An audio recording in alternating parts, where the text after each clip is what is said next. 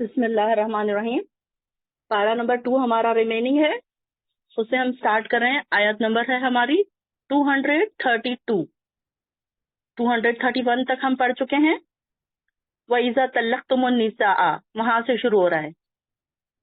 اور جب تم عورتوں کو طلاق دو اور وہ اپنی عدت کو پہنچ جائے تو انہیں اپنے پہلے خاوندوں سے نکاح کرنے سے نہ روکو، جب وہ معروف طریقے سے آپس میں نکاح کرنے پر راضی ہوں تو کوئی تم میں سے اللہ پر اور آخرت پر ایمان رکھنے والا جو ہو، ایمان رکھتا ہو، اور اسی بات کی تم کو نصیحت کی جاتی ہے۔ یعنی کہ اگر کوئی عورتوں کو طلاق دے دی جائے تو پھر یہاں ایسے نہیں کرنا چاہیے کہ ان کو شادی کرنے سے روک رہے ہیں، یا پھر ان کو کبھی کبھی ہوتا ہے کہ گھر والے ہی ان کو شادی نہیں کرنے دیتے۔ تو سب سے پہلے کیا ہے، طلاق شدہ ہو چاہے بیوہ ہو، ان کی فوراً شادی کر دینی چاہیے۔ اگر وہ کہیں کرنا چاہ رہی ہیں تو پھر ان کو کرنے دینا چاہیے۔ اسے اسی بات کی نصیحت کی جاتی ہے، یہی تمہارے لیے شائستہ اور پاکیزہ طریقہ ہے۔ اپنے احکام کی حکمت اللہ ہی جانتا ہے، تم نہیں جانتے۔ جو باپ باہمی جدائی کے بعد یہ چاہتا ہے کہ اس کا بچہ پوری مدت دودھ پیے تو مائیں اپنے بچوں کو دودھ پلائیں پورے 2 سال۔ اب یہاں پر دیکھیے، اس کو آپ انڈر لائن کر لیجئے یا آپ کو ہائی لائٹ کر لیجئے کہ یہاں پر کیا لکھا ہوا ہے، یہاں پر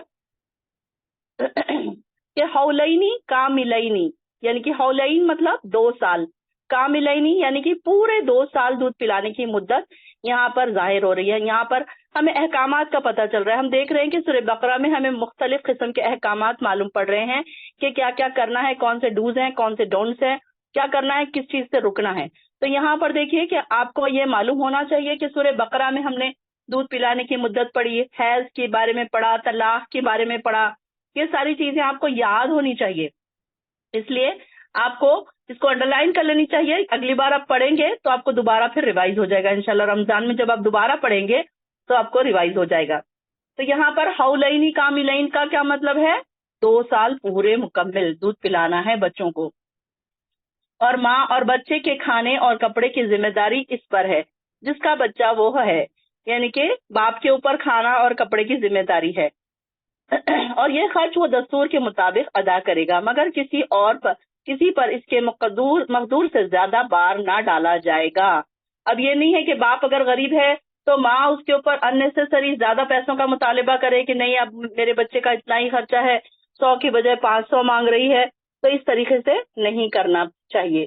اور تو والد کو اس کے بچے کی وجہ سے تکلیف دی جائے اور نہ ہی باپ کو اپنے بچے کی وجہ سے تکلیف دی جائے۔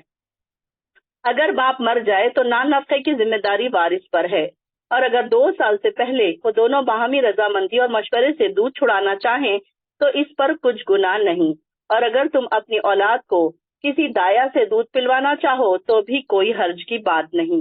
اب یہاں پر اگر کوئی باپ مر جاتا ہے تو اس کے جو گھر والے ہیں، دادا دادی ہے، چاچا ہے، جو بھی ہے، تو وہ بچے کی ذمہ داری پھر ان کے اوپر آ جاتی ہے۔ جبکہ تم دایا کو دستور کے مطابق اس کا معاوضہ دے دو جو تم نے طے کیا ہے۔ اگر چاہے تو دایا سے بھی دودھ پلوا سکتے ہو یا اس سے بھی سنبھالنے کے لیے کہہ سکتے ہو۔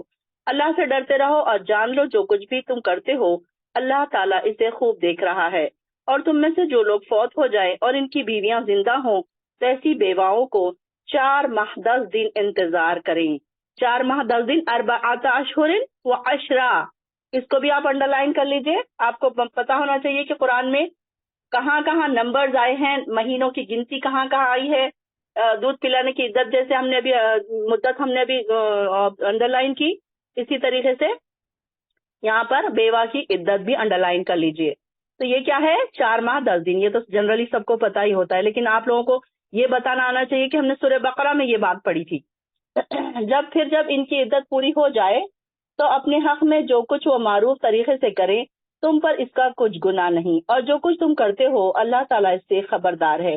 ایسی بیواؤں کو تم اپنا اشارتاً پیغام دے دو یا وہ یہ بات دل میں چھپائے رکھو، دونوں صورتوں میں تم پر کوئی گناہ نہیں۔ یعنی کہ اگر کوئی عورت بیوہ ہو جائے تو بڑے اچھے انداز میں اس کو اس کی عدت کے بعد اس کو پیغام دیا جا سکتا ہے، اور تم انہیں دل میں یاد رکھتے ہو یا لیکن ان سے کوئی خفیہ معاہدہ نہ کرنا۔ یعنی کہ کوئی چوری چھپے ایسی باتیں کر رہے ہیں، ابھی وہ بیوہ ہوئی ہے اور اس کو اس طریقے کی باتیں کر رہے ہیں تو یہ غلط بات ہے۔ اور جو بات کرنا ہو معروف طریقے سے کرو، مطلب اچھے طریقے سے، مگر جب تک ان کی عدت گزر نہ جائے نکاح کا ارادہ مت کرو، اور جان لو کہ جو کچھ تمہارے دل میں ہے اللہ اسے جانتا ہے، لہٰذا اس سے ڈرتے رہو، اور یہ بھی جان لو کہ اللہ معاف کر دیتا ہے کیونکہ وہ بردبار ہے۔ اگر تم ایسی عورتوں کو طلاق دے دو جنہیں تم نے ہاتھ نہ لگایا ہو اور نہ ہی حق مہر مقرر کیا ہو تو تم پر کچھ گناہ نہیں، البتہ انہیں کچھ نہ کچھ دے کر رخصت کرو، اور وسعت والا اپنی حیثیت کے مطابق اور تنگ دست اپنی حیثیت کے مطابق انہیں بھلے طریقے سے رخصت کرے۔ یعنی کہ اگر عورتوں کی طلاق ہو گئی، ابھی صرف نکاح ہوا تھا اور اس میں بدائی نہیں ہوئی تھی، تو اس سے پہلے ہی اگر طلاق ہو گئی تو اس میں بھی کیا ہے، اچھے طریقے سے ان کو رخصت کر دے۔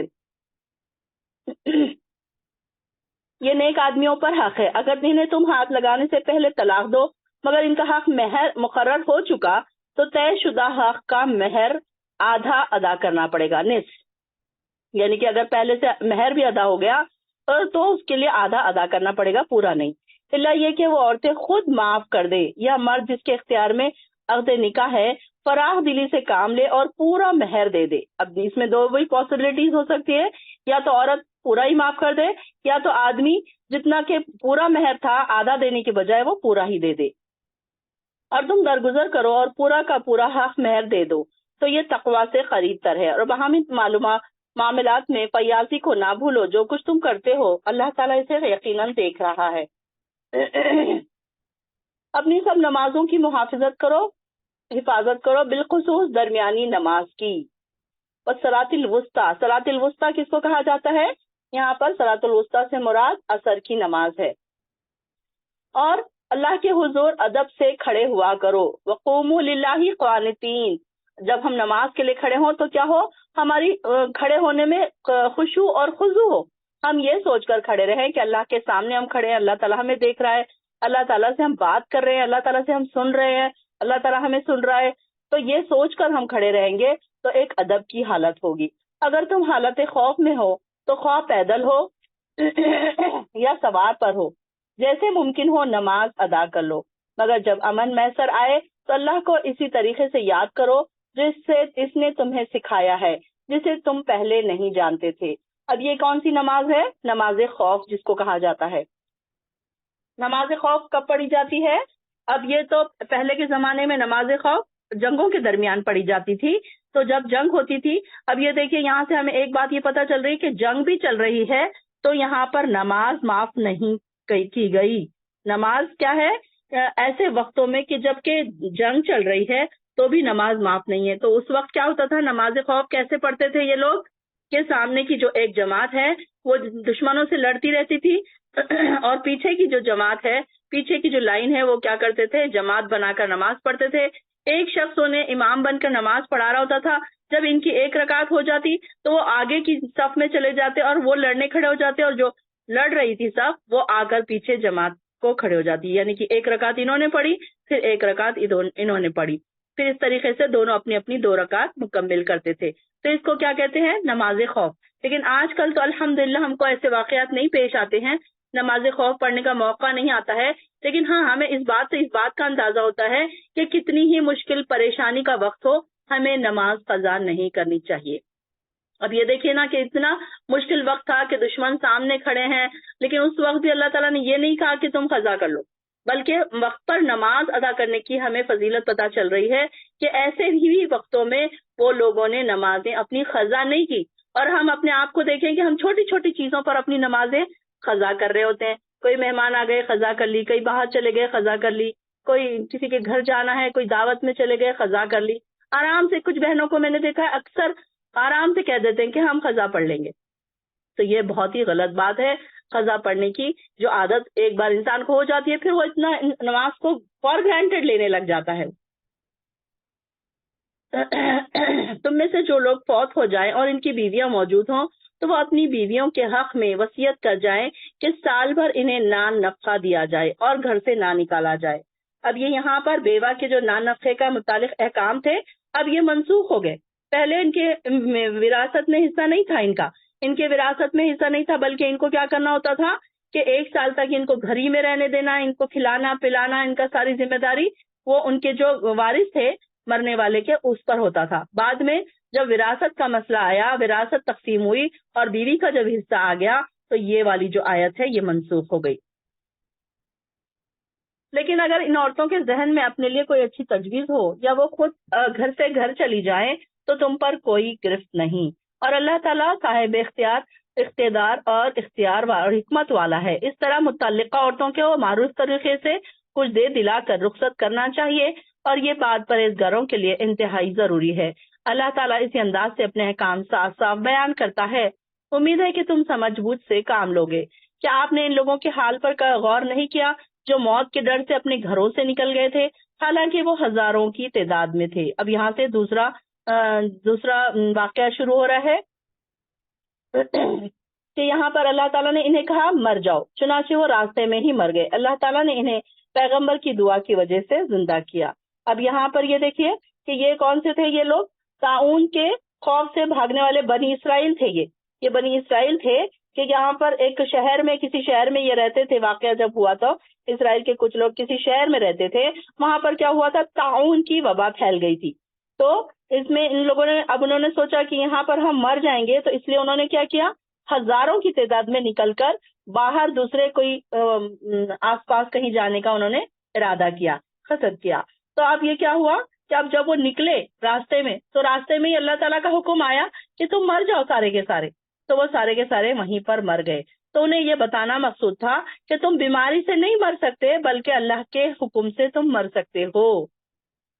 تو اس لیے یہاں سے ہمیں یہ پتا چلتا ہے کہ کوئی بھی شہر میں اگر کوئی بیماری پھیل جائے تو انسان کو اس شہر سے باہر نہیں جانا چاہیے، کہ ہو سکتا ہے کہ اس انسان کے ساتھ وہ جراثیم، بیماری کے جراثیم لگ کر دوسرے شہر میں چلے جائیں اور وہ دوسرے شہر کو بھی متاثر کر دے.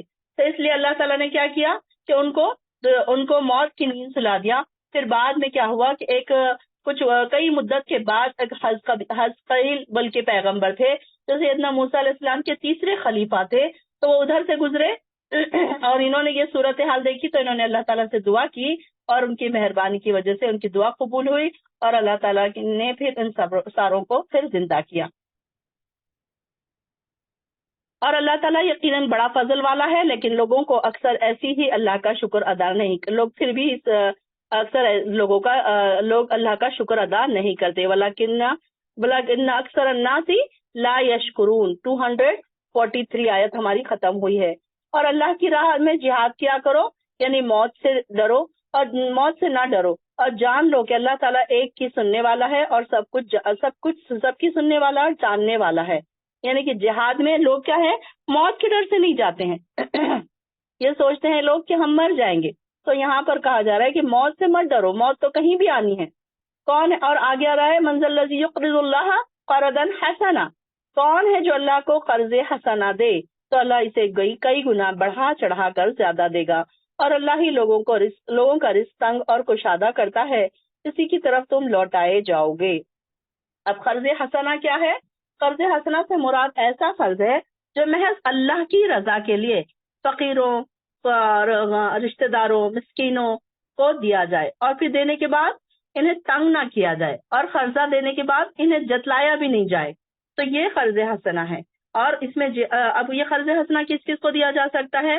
جہاد کی تیاری پر خرچ کیا جا سکتا ہے، مجاہدین کی مالی مدد کی جا سکتی ہے، یا ایسے قرضدار کو دیا جا سکتا ہے جس کے اوپر بہت زیادہ قرضہ ہے، یا کوئی ایسے مسکین اور غریب لوگ رشتہ دار جو بہت ہی زیادہ ضرورت مند ہو. تو اللہ تعالیٰ کہہ رہا ہے کہ ایسے لوگ جو ہیں تو ان کے لیے کیا کرے گا اللہ تعالیٰ، ان کے نیکی کو کئی گنا بڑھا چڑھا کر اللہ تعالیٰ انہیں عطا کرے گا.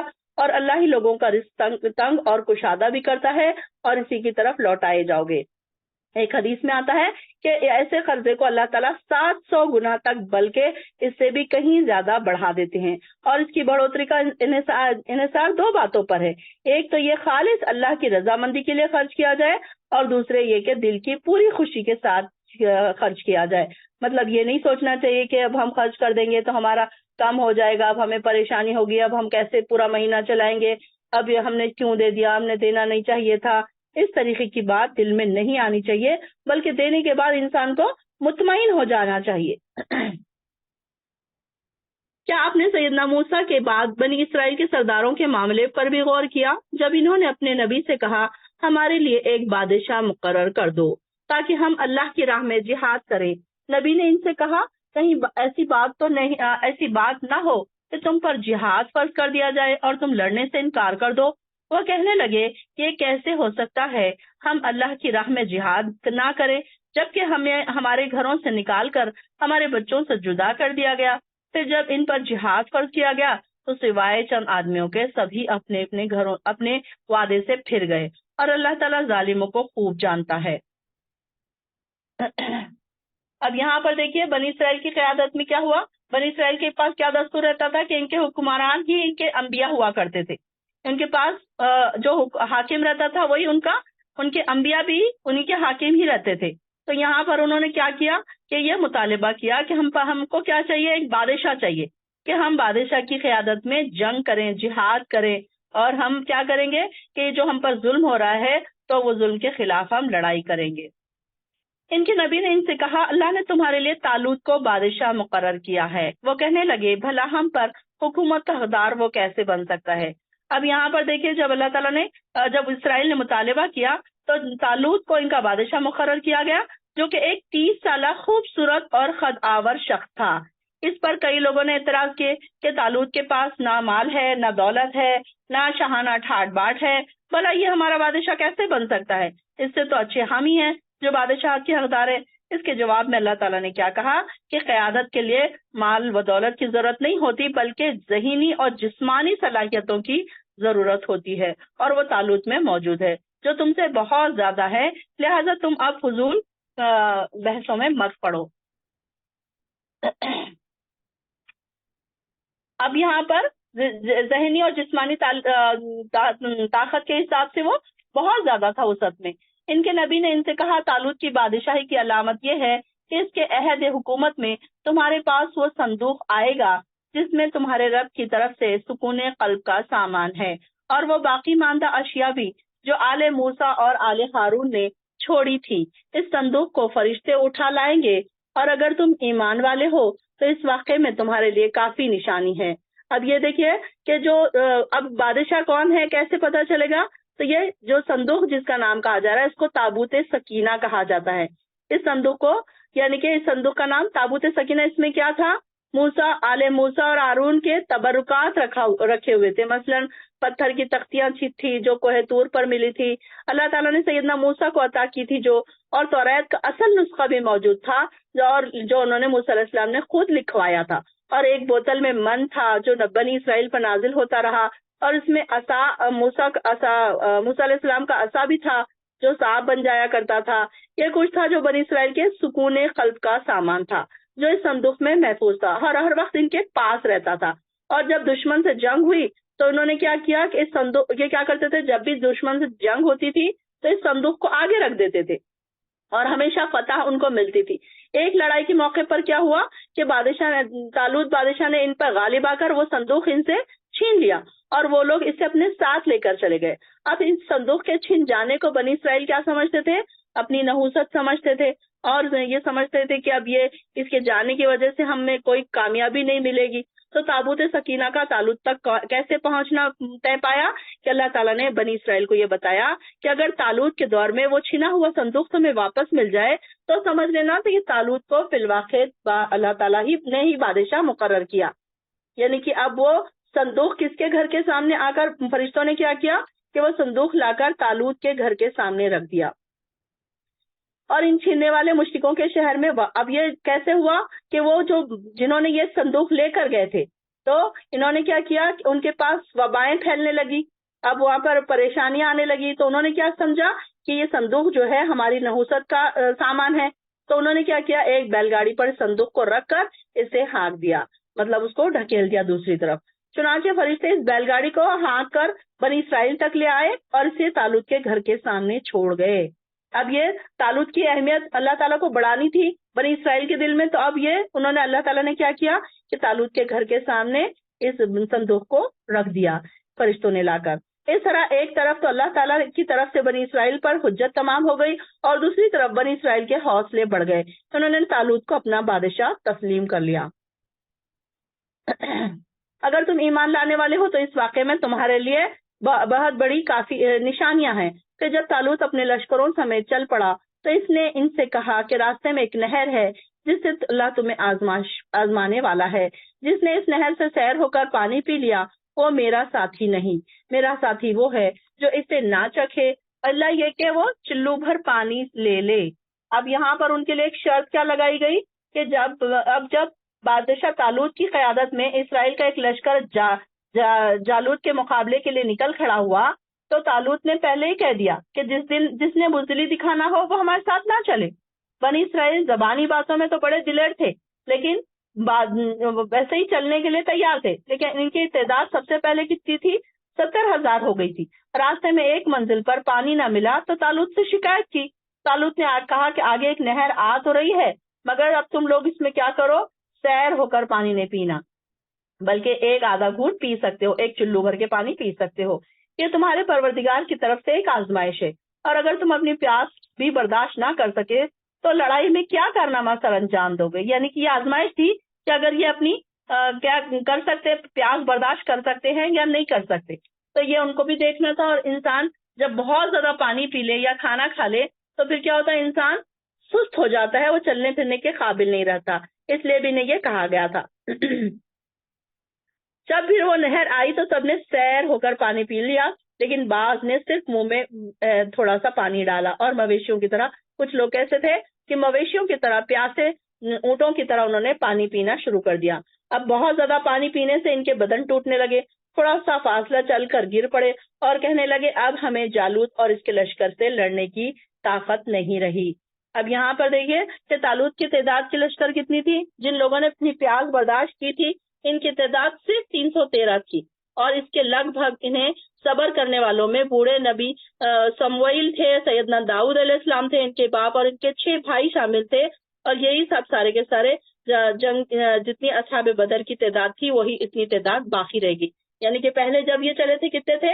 70,000 تھے، اور جب یہ آگے گئے تو کتنے ہو گئے؟ صرف 313 ہو گئے. اب شیخی بگانے والے جو تھے وہ سارے کے سارے پیچھے رہ گئے. 2000 میں سے صرف 9 آدمی سچے مجاہد ثابت ہوئے، یعنی کہ 313 میں 2000 میں سے صرف 9، ایسا اگر حساب لگایا جائے تو ان لوگوں کے حوصلے بلند تھے. صبر کرنے والوں کے جو حوصلے تھے وہ بلند تھے. انہوں نے کہا کہ اگر ہم تھوڑے بھی ہیں تو ہم کیا کر سکتے ہیں، لشکر کا مقابلہ کر سکتے ہیں. سوائے چند آدمیوں کے سب نے سیر ہو کر اس نہر سے پانی پی لیا. جب طالوت کے اس لشکر کے اس نہر سے آگے نکلے تو طالوت کے لشکری کہنے لگے آج ہمیں جالوت کے اس لشکروں سے لڑنے کی طاقت نہیں ہے. 249 چل رہا ہے ہمارا، 250 سٹارٹ ہو رہا ہے. جو لوگ یہ یقین رکھتے تھے وہ اللہ سے ملنے والے کہنے لگے کئی دفعہ ایسا ہوا ہے کہ تھوڑی سی جماعت اللہ کے حکم سے بڑی جماعت پر غالب رہی ہے. تو اللہ صبر کرنے والوں کے ساتھ ہوتا ہے. اور جب ان کا جالوت ان کے لشکروں سے مقابلہ ہوا تو کہنے لگے اے ہمارے رب، ہم پر صبر کا فیضان کر اور ہمیں ثابت قدم رکھ. یہ بھی دعا کو انڈرلائن کر لیجئے. ربنا افرغ علینا صبرا وثبت اقدامنا وانصرنا علی القوم الکافرین. اور ان کافروں کے مقابلے میں ہماری مدد فرما. آیت نمبر 250 پہ. پھر تھوڑی سی جماعت نے اللہ کے حکم سے انہیں شکست دی اور داؤد نے جالوت کو قتل کر دیا. اور اللہ نے داؤد کو بادشاہی اور حکمت عطا فرمائی اور جو کچھ چاہا سکھایا. اب یہاں پر دیکھیں سیدنا داؤد علیہ السلام اپنے بھائیوں میں سب سے چھوٹے تھے اور بکریاں چرایا کرتے تھے اور ان کا جسم پھرتیلا تھا. تو یہ سب سے اس میں کیا تھے، اس میں فوج میں شامل تھے، یہ بھی ان کے ساتھ ہی گئے تھے. اور یہ بہت اچھے نشانہ باز بھی تھے جو وحشی جانوروں بکریوں کے ریوڑ پر حملہ کرتے تھے. اور کیسے حملہ کرتے تھے؟ صرف گلیل سے حملہ کرتے تھے، پتھروں کے ذریعے انہیں مار دیتے تھے. اور اتنے جرأت مند اور طاقتور تھے کہ کوئی بھی درندہ ان سے اگر سامنے آ جاتا تو اس سے لڑ کر اس کے جبڑے پر پاؤں رکھ کر اوپر کے جبڑے کو اس زور سے کھینچتے کہ اسے چیر کر رکھ دیتے. تو یہاں پر جب مقابلہ شروع ہوا تو جالوت خود سامنے آیا اور دعوت دینے لگا کہ اس نے کیا کیا تھا، سارا کا سارا لوہے کا اس نے پہنا ہوا تھا، جو ذرے بختر جس کو کہا جاتا ہے وہ پہنا ہوا تھا، اور صرف اس کی آنکھیں ننگی تھی. تو داؤد علیہ السلام نے کیا کیا، اس میں سے 2-3 پتھر اٹھا لیے اور ایک کے بعد ایک انہوں نے گلیل میں رکھ کر اس سے جالوت پر حملہ کیا، جو اس کی پیشانی پر لگے اور سر کو چیرتے ہوئے پیچھے گدی تک نکل گئے، جس سے جالوت تڑپ تڑپ کر مر گیا. اس واقعے سے جالوت کے لشکر کے حوصلے پست ہو گئے اور طالوت کے مختصر لشکر کو اللہ تعالیٰ نے فتح نصیب فرمائی۔ بعد میں وہ بنی اسرائیل کے بادشاہ بن گئے، یعنی کہ داؤد علیہ السلام کو پھر کیا کیا کہ طالوت نے ان کو بادشاہ بنا دیا۔ اس واقعے کے بعد طالوت نے اپنی بیٹی کا داؤد علیہ السلام سے نکاح کر دیا اور طالوت بعد میں داؤد علیہ السلام ہی ان کے جانشین بنے اور ان کو نبوت سے بھی سرفراز کیا گیا۔ ابھی ان کو نبوت نہیں ملی تھی، ابھی یہ بچے تھے جب کی یہ بات ہے۔ یہ اللہ تعالیٰ کی آیتیں ہیں جنہیں ہم آپ کو ٹھیک ٹھیک پڑھ کر سناتے ہیں۔ آپ ان لوگوں میں سے ہیں جنہیں رسول بنا کر بھیجا گیا۔ ابھی آپ صلی اللہ علیہ وسلم کو یہ سارے سٹوری سنائی جا رہی ہے، آپ صلی اللہ علیہ وسلم کو یہ ساری چیزیں نہیں پتا تھی کہ یہ کیا ہوا تھا، کیسے ہوا تھا۔ اب یہ ہمارا 3rd پارہ انشاءاللہ شروع ہو رہا ہے، تلک الرسل۔ یہ رسول جو بھیجے گئے ہیں ہم نے انہیں ایک دوسرے سے بڑھ چڑھ کر فضیلت دی۔ ان میں سے کچھ تو ایسے ہیں جس نے ان سے اللہ نے کلام کیا، اور کچھ وہ ہیں جن کے درجات بلند کیے، اور عیسیٰ ابن مریم کو روشن نشانیاں عطا کی اور اس کی روح القدس سے مدد کی۔ اور اگر اللہ چاہتا تو ان رسولوں کے بعد لوگ آپس میں لڑائی جھگڑا نہ کرتے، جبکہ ان کے پاس واضح احکام بھی آ چکے تھے، لیکن انہوں نے آپس میں اختلاف کیا۔ پھر کوئی ان کے احکام پر ایمان لایا اور کسی نے انکار کر دیا۔ اگر اللہ چاہتا تو آپس میں لڑائی جھگڑا نہ کرتے، لیکن اللہ تو وہی کچھ کرتا ہے جو وہ چاہتا ہے۔ اے ایمان والو، جو رزق ہم نے تمہیں عطا کیا ہے اس میں سے وہ دن آنے سے پہلے پہلے خرچ کر لو، جس دن تو نہ کوئی خرید و فروخت ہوگی اور نہ ہی کوئی دوستی کام آئے گی اور نہ سفارش، اور ظالم تو وہی لوگ ہیں جو ان باتوں کے منکر ہیں۔ اللہ کے سوا کوئی الہ نہیں۔ اب یہاں پر دیکھیے آیت الکرسی شروع ہو رہی ہے۔ آیت الکرسی کی کیا فضیلت ہے کہ جو آیت الکرسی پڑھ لے وہ شیطان سے محفوظ رہتا ہے، اور صبح شام کے اذکار میں جو آیت الکرسی پڑھتا ہے وہ شیطان سے محفوظ ہو جاتا ہے۔ ہر کوئی جادو، نہ کوئی اثرات، جن شیاطین کے اثرات اس پر اثر انداز نہیں ہوتے ہیں، اور اگر کوئی چور یا ڈاکو اگر کوئی گھر میں آنا چاہے تو وہ بھی اس کے گھر میں نہیں آ سکتا۔ مطلب یہ کہ ہر طرح سے اس کی حفاظت ہوتی ہے۔ تو اس لیے صبح شام کے اذکار میں بھی آیت الکرسی کے پڑھنے کی تاکید کی گئی ہے، اور ہر فرض نماز کے بعد بھی اس کو قرآن کی سب سے افضل آیت قرار دیا گیا ہے۔ اور یہ دیکھیے کہ اس کو کیا کہا جاتا ہے، اس میں اللہ کے نام بھی آئے ہیں جو بہت ہی زیادہ الوہیت والے صفات، اللہ تعالیٰ کی صفات بھی اس میں آئی ہیں، اللہ تعالیٰ کی عظمت اور پاکیزگی کی بھی اس میں تعریف کی گئی ہے۔ اللہ کے سوا کوئی الہ نہیں، اللہ لا الہ الا هو الحی القیوم۔ اب یہ یہاں پر دیکھیے اللہ کے خاص نام کا ذکر اس میں آیا ہے، حی اور قیوم۔ کہ اللہ تعالیٰ نے عظیم نام جو ان کے آئے ہیں، تو یہ اس پہ سے اس کا ذکر آیا ہے کہ اللہ تعالیٰ کیا فرما رہے ہیں کہ اللہ کے سوا کوئی معبود نہیں، وہ ہمیشہ ہے، زندہ ہے، اور کائنات کی ہر چیز کو قائم رکھنے والا ہے۔ نہ اس پر اونگ آتی ہے اور نہ نیند، آسمانوں اور زمین میں سب کچھ اسی کا ہے۔ کون ہے جو اس کی اجازت کے بغیر اس کے حضور سے سفارش کرے، اور جو کچھ لوگوں کے سامنے ہے وہ اسے بھی جانتا ہے، اور جو ان سے اوجھل ہے اسے بھی جانتا ہے۔ اب یہاں دیکھیے سفارش کی ساری کڑیاں کی شرط کیا ہے، اللہ کا سب سے پہلے اللہ کو راضی کرنا، جس کی اللہ تعالیٰ سفارش چاہیں گے صرف اسی کی سفارش ہو سکتی ہے۔ اب یہاں پر اللہ تعالیٰ نے بتا دیا کہ یہاں پر سارے شرک کی اقسام کاٹ دی گئی ہیں، جڑ کاٹ کر رکھ دی گئی ہیں، کہ یہاں کوئی کسی کی سفارش نہیں کر سکتا، اور اللہ تعالیٰ کو بتایا گیا کہ وہ ایک حی اور قیوم ہے، واحد ہے، کہ نہ اس کو نیند آتی ہے نہ اسے اونگ آتی ہے، اور وہ اکیلا ہے جو ساری دنیا کو سنبھال رہا ہے۔ اگر کسی کو نیند آ جائے یا اونگ آ جائے تو وہ کیسے سنبھال سکتا ہے دنیا کو؟ تو اس طریقے سے اللہ تعالیٰ تمام زمینوں اور آسمانوں کو سنبھال رہا ہے، اور یہ بھی بتا دیا گیا کہ وہاں پر اس کی اجازت کے بغیر اس کے حضور سفارش نہیں ہوگی۔ یعنی کہ اگر کوئی انسان، کوئی نبی ہے یا کوئی گھر کے لوگ بڑے، کوئی بزرگ ہیں جو بھی نیک ہیں، لیکن وہ سفارش نہیں کر سکتے، جیسے کہ ہم نے سنا کہ کچھ لوگ بغیر حساب کتاب کے جنت میں جائیں گے، وہ بھی اللہ کی مرضی سے جائیں گے۔ حضور صلی اللہ علیہ وسلم کچھ لوگوں کی سفارش کرائیں گے، لیکن وہ سفارش بھی اللہ کی رضا سے ہی ہوگی۔ جو لوگوں کو اللہ تعالیٰ پسند کرتے ہیں صرف ان کی ہی سفارش ہوگی، اور وہ جو لوگوں کے سامنے ہے اسے بھی جانتا ہے، اور جو ان سے پیچھے ہے وہ بھی جانتا ہے۔ یہ لوگ اللہ کے علم سے کسی چیز کا بھی احاطہ نہیں کر سکتے مگر اتنا جتنا وہ خود چاہے، یعنی کہ وسیع کرسی السماواتی یعنی کہ اللہ تعالیٰ کی کرسی نے سارا احاطہ کیا ہوا ہے. اللہ تعالیٰ کی جو علم ہے وہ سارا احاطہ کیے ہوئے کہ کون انسان کہاں کیا کر رہا ہے, کیا سوچ رہا ہے. ہم جہاں کیا بیٹھے ہیں تو یہاں ہم کیا سوچ رہے ہیں, یہاں ہم قرآن کی کلاس میں بیٹھ کر بھی اگر ہمارے دماغ میں کوئی خیالات آ رہے ہیں تو اللہ تعالیٰ کے وہ نظر میں ہے. اللہ تعالیٰ جانتا ہے کہ کون انسان کیا سوچ رہا ہے. لیکن ہمارے پاس کتنا علم ہے؟ جتنا صرف اتنا علم اس نے دیا, ہم صرف اتنا ہی جان سکتے ہیں. اور اس کی کرسی آسمانوں اور زمین کو گھیرے ہوئے ہے, ان دونوں کی حفاظت اسے نہیں تھکاتی. وہ بلند اور برتر اور عظمت والا ہے. اور یہاں پر دیکھیے کہ اللہ تعالیٰ کی کرسی, اللہ تعالیٰ کا عرش جو ہے, جو اس کی ہم تو اس کی امیجن نہیں کر سکتے, لیکن ایک حدیث میں آتا ہے کہ اللہ کا عرش اتنا ہے کہ اگر وہاں سے زمین کو دیکھا جائے تو وہ ایک چھوٹے سے رنگ کی طرح نظر آئے گی. یعنی کہ اللہ تعالیٰ کا عرش کتنا بڑا ہے. اور دین کے معاملے میں کوئی زبردستی نہیں, لا اکراہ فی الدین, دین کے معاملے میں کوئی زبردستی نہیں. ہدایت گمراہی کے مقابل میں واضح ہو چکی. اب یہ ہم کسی کو زبردستی سے دین کی طرف نہیں بلا سکتے کہ نہیں آپ نے نماز پڑھنی ہے, آپ نے قرآن کی کلاس میں آنا ہی آنا ہے. ہاں, اچھے انداز میں, احسن انداز میں ہم اپنے گھر والوں کو بھی جب ہم نماز کے لیے بولیں یا قرآن کے لیے, قرآن کی طرف ہم بلائیں تو ہمارے لیے کیا ہونا چاہیے؟ ایک احسن طریقہ ہونا چاہیے. ہم زبردستی نہیں کر سکتے, ڈانٹ ڈپٹ نہیں کر سکتے. ہاں, اپنے بچوں کو ہم تھوڑا سا ڈانٹ ڈپٹ کر سکتے ہیں ڈرانے کے لیے ایک ایج تک, لیکن جب بچے بڑے ہو جائیں تو پھر ان کو ڈانٹنا بھی نہیں ہے. اور اب یہ کیسا ہے کہ اس میں کوئی زبردستی نہیں ہے, کوئی اپنے فرینڈس ہے, کوئی اپنے ریلیٹیوز ہے, کوئی نان مسلمس ہے, تو ہم ان کو زبردستی نہیں کر سکتے کہ اس طریقے سے وہ دین کی طرف آ جائیں.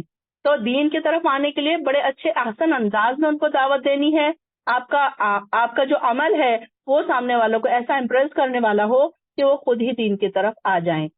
بلکہ یہ آیت ہمیں یہ پتا چل رہا ہے کہ کسی کو ہم زبردستی نہیں کر سکتے کہ فلاں کو میں اتنے بار لنک بھیج رہی ہوں, وہ تو جوائن نہیں کر رہی ہے, کہ ان کو میں نے اتنے بار نماز کے لیے بولا, فلاں میری ہے رشتہ دار ہے, فلاں میری بھابھی ہے, جو بھی ہے, ان کو ہم ہوتا ہے اکثر کہ ہم کسی کو نماز کے لیے بولتے رہتے ہیں. گھر میں ہی کوئی ایسے ہوتے ہیں جن کو ہم نماز کے لیے بار بار بولتے ہیں, قرآن پڑھنے کے لیے بولتے رہتے ہیں, لیکن وہ پڑھتے نہیں ہیں. تو یہ ہے کہ اللہ تعالیٰ کے اوپر ہمیں چھوڑ دینا پڑے گا. لیکن ہاں, بچوں پر ہمارے تھوڑی سی سختی کی جا سکتی ہے, کیونکہ بچے ہماری ذمہ داری ہے, اور بچوں کو جب تک تھوڑی سی سختی نہ کی جائے بچے اس طرف نہیں آتے. ہدایت گمراہی کے مقابلے میں بالکل واضح ہو چکی ہے. اب جو شخص طاغوت سے کفر کرے اور اللہ پر ایمان لائے تو اس نے ایسے مضبوط حلقے کو تھام لیا جو ٹوٹ نہیں سکتا, اور اللہ سب کچھ سننے والا اور جاننے والا ہے. اب طاغوت کیا ہے؟ طاغوت کا مطلب کیا ہے؟ ہر وہ باطل قوت جو اللہ کے مقابلے میں اپنا حکم دوسروں سے منوائے.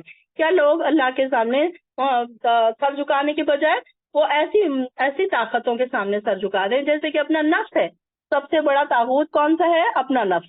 کہ ہم اپنے نفس کی اکثر بات سن رہے ہوتے ہیں, اللہ کی نہیں سن رہے ہوتے, کہ ہمارا دل یہ چاہ رہا ہے تو ہم یہ کر رہے ہیں, ہمارا دل نہیں چاہ رہا ہے تو ہم نہیں کر رہے.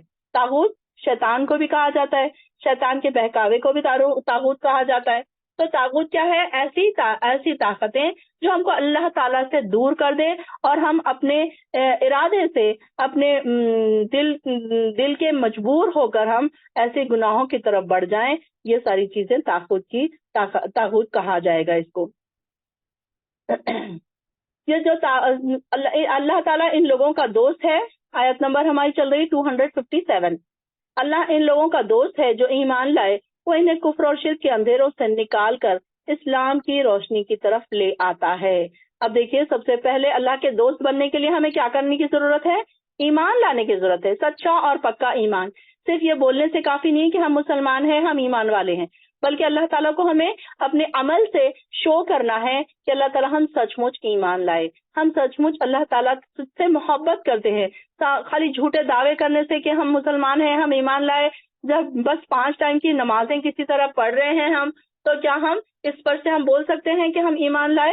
نہیں, بلکہ اللہ تعالیٰ آگے وہی کہے گا کہ اللہ تعالیٰ کہے گا کہ تمہاری آزمائش, ہم نے پیچھے کیا کہا کہ جب ایمان لائیں گے لوگ تو ان کی آزمائشیں بھی ہوں گی.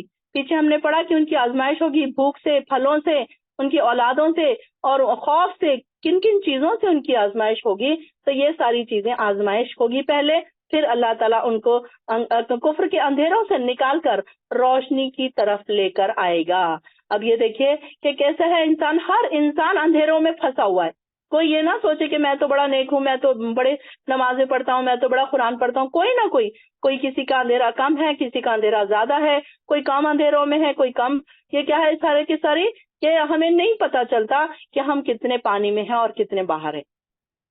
ویسے انسان اپنے آپ کو تسلی دینے کے لیے کیا کہتا ہے کہ نہیں میں تو بڑا نیک ہوں. وہ شیطان اس کو مطمئن کرتا رہتا ہے نا ہر وقت کہ تم تو اتنے نیک ہو، تم تو 5 ٹائم کی نماز پڑھتے ہو. کچھ لوگوں کو آپ نے دیکھا ہوگا کہ صرف 5 ٹائم کی نماز پڑھ کے ہی مطمئن ہو جاتے ہیں. کیا کہتے ہیں لوگ؟ اکثر لوگوں کے منہ سے سنتے ہیں ہم بات کہ ہاں ہم 5 وقت کی نماز تو فرض تو ادا کر رہے ہیں نا، بس ہو گیا، اتنا ہی کافی ہے. تو نہیں، اتنے سے اس سے کیا ہم جنت خرید سکتے ہیں؟ جنت تو کافی مہنگا سودا ہے. تو کیا اتنی چھوٹی چھوٹی چیزوں سے ہم جنت خرید لیں گے؟ تو یہاں پر کفر کے اندھیروں سے ہمیں نکلنے کی ضرورت ہے، اور اللہ تعالیٰ اسلام کی روشنی کی طرف ان کو لے کر آتا ہے جو ایمان والے ہیں، اللہ کے دوست ہیں.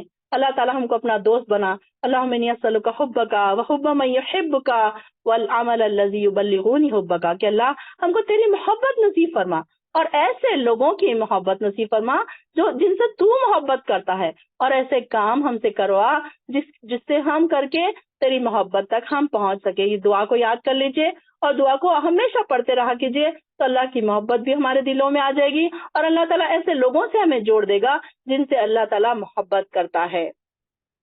اور جنہوں نے کفر اختیار کیا ان کے دوست طاغوت ہیں جو انہیں روشنی سے نکال کر اندھیروں کی طرف لے جاتے ہیں. اب دیکھیے کہ کچھ لوگوں کو شیطان کیا کر رہا ہے، اجالوں سے نکال کر اندھیروں میں لے کر چلا جا رہا ہے، اور کچھ لوگوں کو اللہ تعالیٰ کیا کر رہا ہے، اندھیروں سے نکال کر اجالوں کی طرف لے کر جا رہا ہے. تو خوش قسمت کون ہوئے؟ جو اندھیروں سے اجالوں کی طرف جا رہے ہیں، جو اللہ کے دوست ہیں. اور دیکھیے کہ شیطان کی طرف جو بڑھ رہے ہیں تو شیطان ان کو کیا کر رہا ہے، جو تھوڑے بہت وہ نیکیاں کر رہے ہیں ان سے بھی ان کو ہٹا رہا ہے، اور کیا کر رہا ہے، ان کو نیکیوں کی طرف سے برائیوں کی طرف لے کر جا رہا ہے، اندھیروں کی طرف لے کر جا رہا ہے. تو اللہ تعالیٰ سے ہمیشہ پناہ مانگیے شیطان سے. اعوذ باللہ من الشیطان الرجیم، کہ اللہ ہم اس سے پناہ مانگتے ہیں. اعوذ بکلمات اللہ التامات من شر ما خلق. یہ جو صبح شام کے اذکار میں جو دعا ہے، تو اس کا مطلب ہی یہ ہے کہ اللہ جتنی تو جو شر ہے تیری مخلوق میں، جو تو نے پیدا کی شر، ہر شر سے ہم تیری پناہ چاہتے ہیں. اور ایسے ہی لوگ جو اندھیروں میں چلے جائیں گے، ایسے ہی لوگ ہمیشہ دوزخ میں رہیں گے. کیا آپ نے اس شخص پر غور نہیں کیا جس نے سیدنا ابراہیم علیہ السلام سے اپنے رب کے بارے میں جھگڑا کیا، اس لیے کہ اسے حکومت، اللہ تعالیٰ نے اسے حکومت دے رکھی تھی.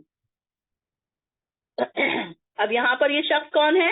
اس شخص جیسا جہاں پر لکھا ہوا ہے وہاں پر لکھ لیجئے نمرود.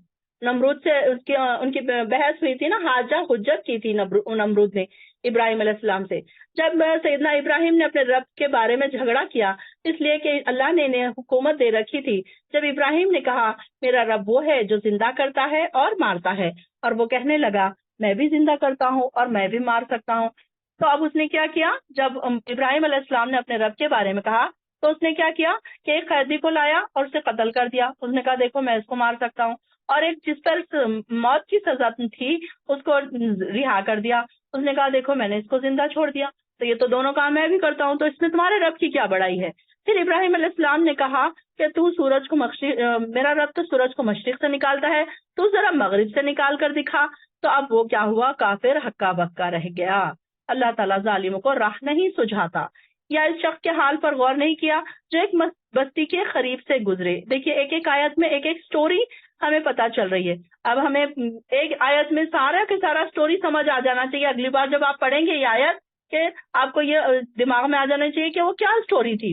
ایک ایک آیت میں یہاں پر ایک ایک سٹوری آئے گی. اب یہاں پر ایک نئی سٹوری، یہاں پر اس شخص کے بارے میں کیا آپ نے نہیں دیکھا جو ایک بستی سے گزرا جو اپنی چھتوں پر گری پڑی تھی. وہ کہنے لگا کہ اس بستی کی موت کے بعد اللہ تعالیٰ اسے دوبارہ کیسے آباد کرے گا. اب یہ کون تھے؟ یہ عزیر علیہ السلام تھے. یہاں پر کیا ہوا تھا کہ ایک بستی تھی جس کو ایک بادشاہ نے پورا ختم کر دیا تھا. یہ بستی پوری تباہ و برباد ہو گئی تھی، اور سیدنا عزیر علیہ السلام جب اجڑی ہوئی بستی کے پاس سے گزرے تو انہوں نے دیکھا کہ یہ بستی تو ساری اجڑ چکی ہے، اور انہوں نے دیکھا کہ اب یہ تو بالکل مطلب آباد نہیں ہو سکتی ہے. تو انہوں نے اللہ تعالیٰ سے کہا یا اللہ تو اسے کیسے آباد کرے گا؟ تو اللہ تعالیٰ نے کیا کیا، ان کو 100 سال تک موت کی نیند سلا دیا. پھر اسے زندہ کیا اور ان سے پوچھا کہ اب دیکھیے اب ان کو موت آ گئی، اور موت 100 سال تک ان پر موت طاری رہی. پھر ان کو زندہ کیا اللہ تعالیٰ نے. پھر ان کو کہا کہ تم کتنی مدت یہاں پڑے رہے؟ تو وہ بولے بس ایک دن یا دن کا کچھ حصہ. اللہ تعالیٰ نے فرمایا بلکہ بات یوں نہیں ہے، بلکہ بات کیا ہے، بلکہ تم یہاں پر 100 سال پڑے رہے. اچھا، اب اپنے کھانے اور پینے کی چیزوں کی طرف دیکھو. یہ ابھی ویسی ہی ہیں، باسی نہیں ہوئی ہیں.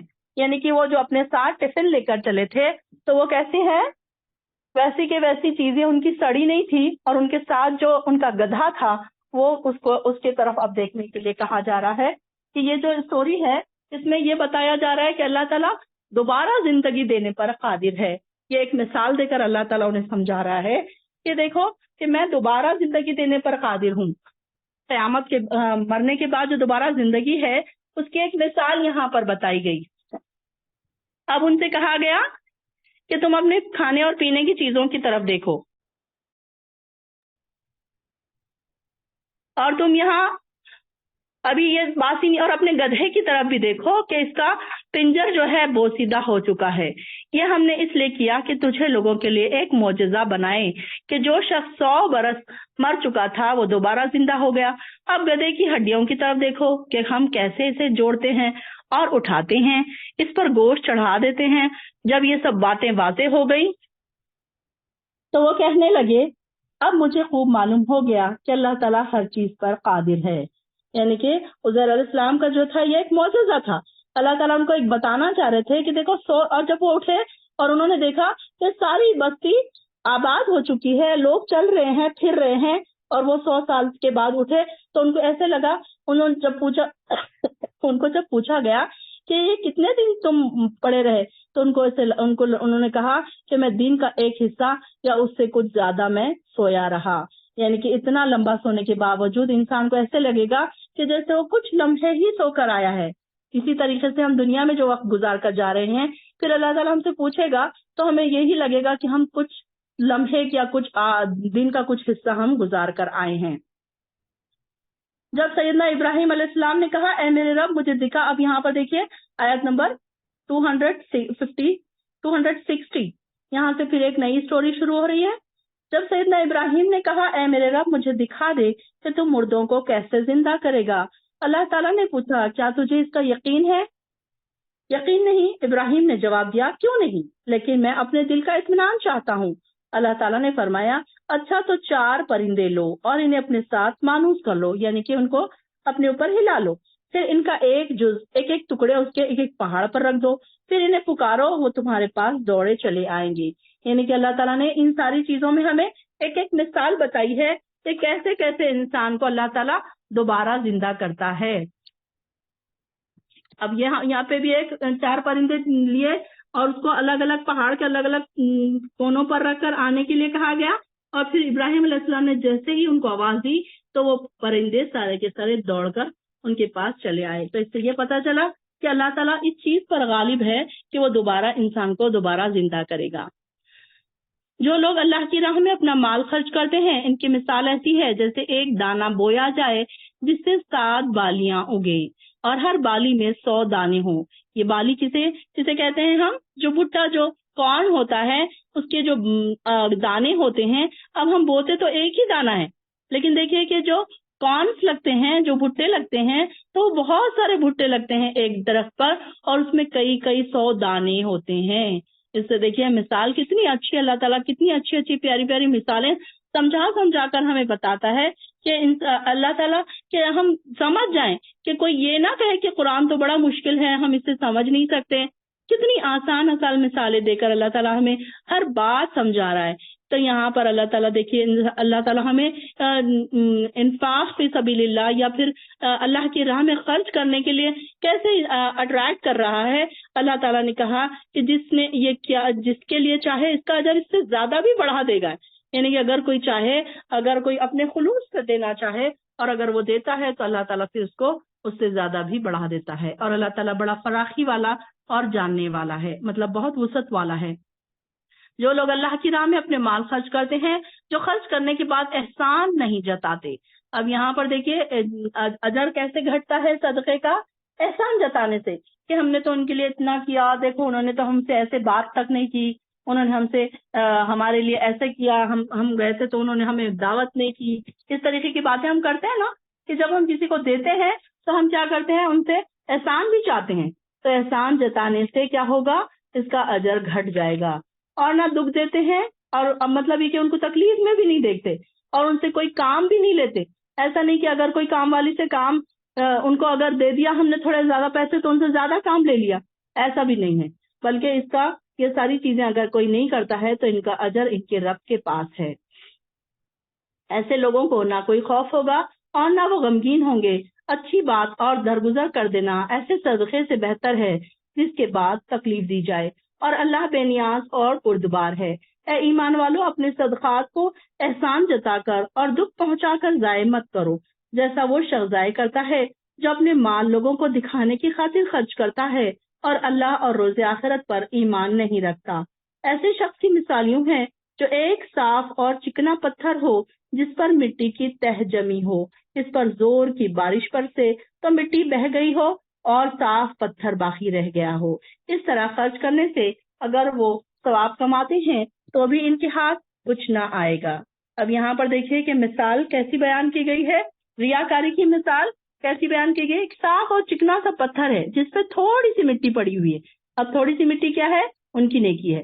لیکن اب انہوں نے نیکی کی تھی، لیکن انہوں نے ریاکاری کی وجہ سے کیا ہوا کہ سارا کا سارا ان کا، اب انہوں نے جو بیج ڈالا تھا اس پر، جب بارش ہوئی تو سارا کا سارا جو پانی ہے وہ مٹی کو بہا لے گیا. یعنی کہ ان کی جو نیکیاں تھی، انہوں نے جو اتنی محنتوں سے نیکیاں کیے تھے، تو ریاکاری کی وجہ سے ان کی ساری نیکیاں ضائع ہو گئی. یہاں پر بارش سے کیا مراد ہے، ریاکاری. تو ریاکاری کرنے سے انسان کی ساری نیکیاں ضائع ہو جائیں گی. تو یہی اس مثال سے بتایا گیا کہ دیکھیں گے ہم کہ کیسے الگ الگ قسم کے اللہ تعالیٰ مثالیں ہمیں بیان کر رہا ہے، اور پھر اس مثالوں سے ہمیں سمجھا رہا ہے، اٹریکٹ کر رہا ہے اپنی جنتوں کی طرف، نیکیوں کی طرف، اور کیسے گناہوں سے اللہ تعالیٰ ہمیں روک رہا ہے. اس طرح خرچ کرنے والے سے اگر وہ کچھ ثواب کماتے بھی ہیں تو ان کے ہاتھ کچھ نہیں آتا، اور اللہ کافروں کو سیدھی راہ نہیں دکھاتا. 200 ہمارا 64 پہ ختم ہوا ہے ابھی. اور جو لوگ اللہ کی رضا کے لیے اپنی پوری دل جوئی کے ساتھ اپنے مال خرچ کرتے ہیں، ان کی مثال ایسی ہے جیسے کسی بلند زمین پر ایک باغ ہو، اگر اس پر زور کا پانی برسے تو دگنا پھل لائے، اور اگر زور کا پانی نہ برسے تو پھوار ہی کافی ہے. اور جو کام تم کرتے ہو اللہ تعالیٰ اسے دیکھ رہا ہے. اب یہ ربوہ کی معنی کیا ہے؟ ربوہ سے مراد ایسی زمین ہے جو اونچائی پر ہے، یعنی کہ سطح زمین سے تھوڑی اونچی ہے. اور ایسی زمین عموماً کیا ہوتی ہے، سرسبز اور شاداب ہوتی ہے، کیونکہ سب سے پہلے پانی وہیں پہنچتا ہے. زوردار بارش اگر پہنچی تو یہاں پر جو نیت کی خلوص نیت کی بات کہی جا رہی ہے کہ خلوص نیت سے اللہ کی رضا کے لیے اپنی پوری دل جوئی کے ساتھ خوشی سے خرچ کرنا کیسا ہے، اور کہ دل چاہ کے مطلب دل کھول کے خرچ کرنا کیسا ہے کہ ان کے اوپر اگر ہلکی سی بارش سے کیا مراد ہے کہ اگر ان کو کوئی نیکی کی بات پہنچے تو وہ فوراً دوڑ پڑتے ہیں. اور اگر ایسے لوگ جو نیک ہیں لیکن ان کو صرف ایک چھوٹی سی بات بھی، کبھی کبھی ایسا ہوتا ہے نا کہ ایک چھوٹی سی بات کسی کی ہم کو اتنی امپریس کرتی ہے کہ پھر ہماری زندگی ہی پلٹ جاتی ہے. ہم نے اکثر دیکھا ہے کہ کچھ لوگ ایسے ہوتے ہیں کہ بہت زیادہ دین سے دور ہوتے ہیں، لیکن کبھی کبھی کوئی ایسی محفل میں بیٹھ کر کوئی بات ایسی دل کو ان کے چھو لیتی ہے، تو اس سے کیا مراد ہے کہ ایک چھوٹی سی پھوار ہی ان کے لیے کافی ہے. کہ کچھ لوگوں کا اگر آپ بولتے رہیں دین کی طرف بلاتے رہیں وہ آتے ہی نہیں ہے. یعنی کہ تیز بارش کی مثال کیسی ہے کہ ان کو بلایا جا رہا ہے لیکن وہ اس طرف نہیں آ رہے ہیں. اور کچھ لوگ کیسے ہیں کہ ایک چھوٹی سی بات سن کر فوراً دین کی طرف آ جاتے ہیں، تو یہ ان کے لیے پھوار ہی کافی ہے. اگر کبھی کبھی ایسا ہوتا ہے کہ ہم ایک محفل میں بیٹھے اور ہم نے اب یہاں پر بیٹھے سارے لوگ ہیں، 70 لوگ یہاں پر بیٹھے ہیں، لیکن کیا ہو رہا ہے کہ کوئی لوگ کچھ زیادہ ایکسیپٹ کر رہے ہیں، کچھ لوگ کم ایکسیپٹ کر رہے ہیں. سب کی کیپیسٹی الگ الگ ہے. کوئی ایسا سوچ رہا ہے دل میں کہ ارے اب ہم کو بہت زیادہ اب ہم قرآن میں بڑا مزہ آ رہا ہے، اب ہم تو یہاں سے بالکل پڑھنا شروع کر دیں گے، یاد کرنا شروع کر دیں گے، ہم بھی ترجمہ پڑھنا شروع کریں گے، ہم بھی تفسیر پڑھنا شروع کریں گے، ہم بھی ٹرانسلیشن یاد کرنا شروع کریں گے. ایسے ارادے کسی کسی کے بلند ہو رہے ہوں گے، اور کچھ ایسے ہیں کہ اب اچھا ٹھیک ہے چلو اتنا پڑھ کے ہمارا ہو گیا تو چلو جلدی سے ہم کو یہ کام کرنا ہے، چلو جلدی سے ہم کو وہ کام کرنا ہے، چلو جلدی سے اب کلاس ختم ہوگی تو ہمیں یہ کرنا ہے، تو وہ کلاس کے ختم ہونے کے بھی انتظار میں رہتے ہیں. اور کچھ لوگ ایسے ہیں کہ وہ کلاسوں کے انتظار میں رہتے ہیں، اور ان کی کیسی مثال ہے کہ صرف فواری ان کو کافی ہے.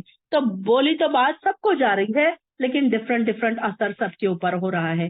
تو یہ اللہ تعالیٰ سے دعا کرے کہ اللہ تعالیٰ ہمارے دلوں میں ایسا خلوص پیدا کر دے کہ تیری ہر آیت ہمارے اندر اتر جائے. یہ آیتوں کو پڑھیے، اس کو اپنے اندر اتاریے، پھر سوچئے کہ کون سی چیز کی میرے اندر کمی ہے، کیا چیز ہے جو مجھے اور زیادہ اللہ تعالیٰ کے قریب لے جا سکتی ہے. یہ ساری چیزیں ہمیں اپنے آپ کے لیے سوچنے کی ضرورت ہے.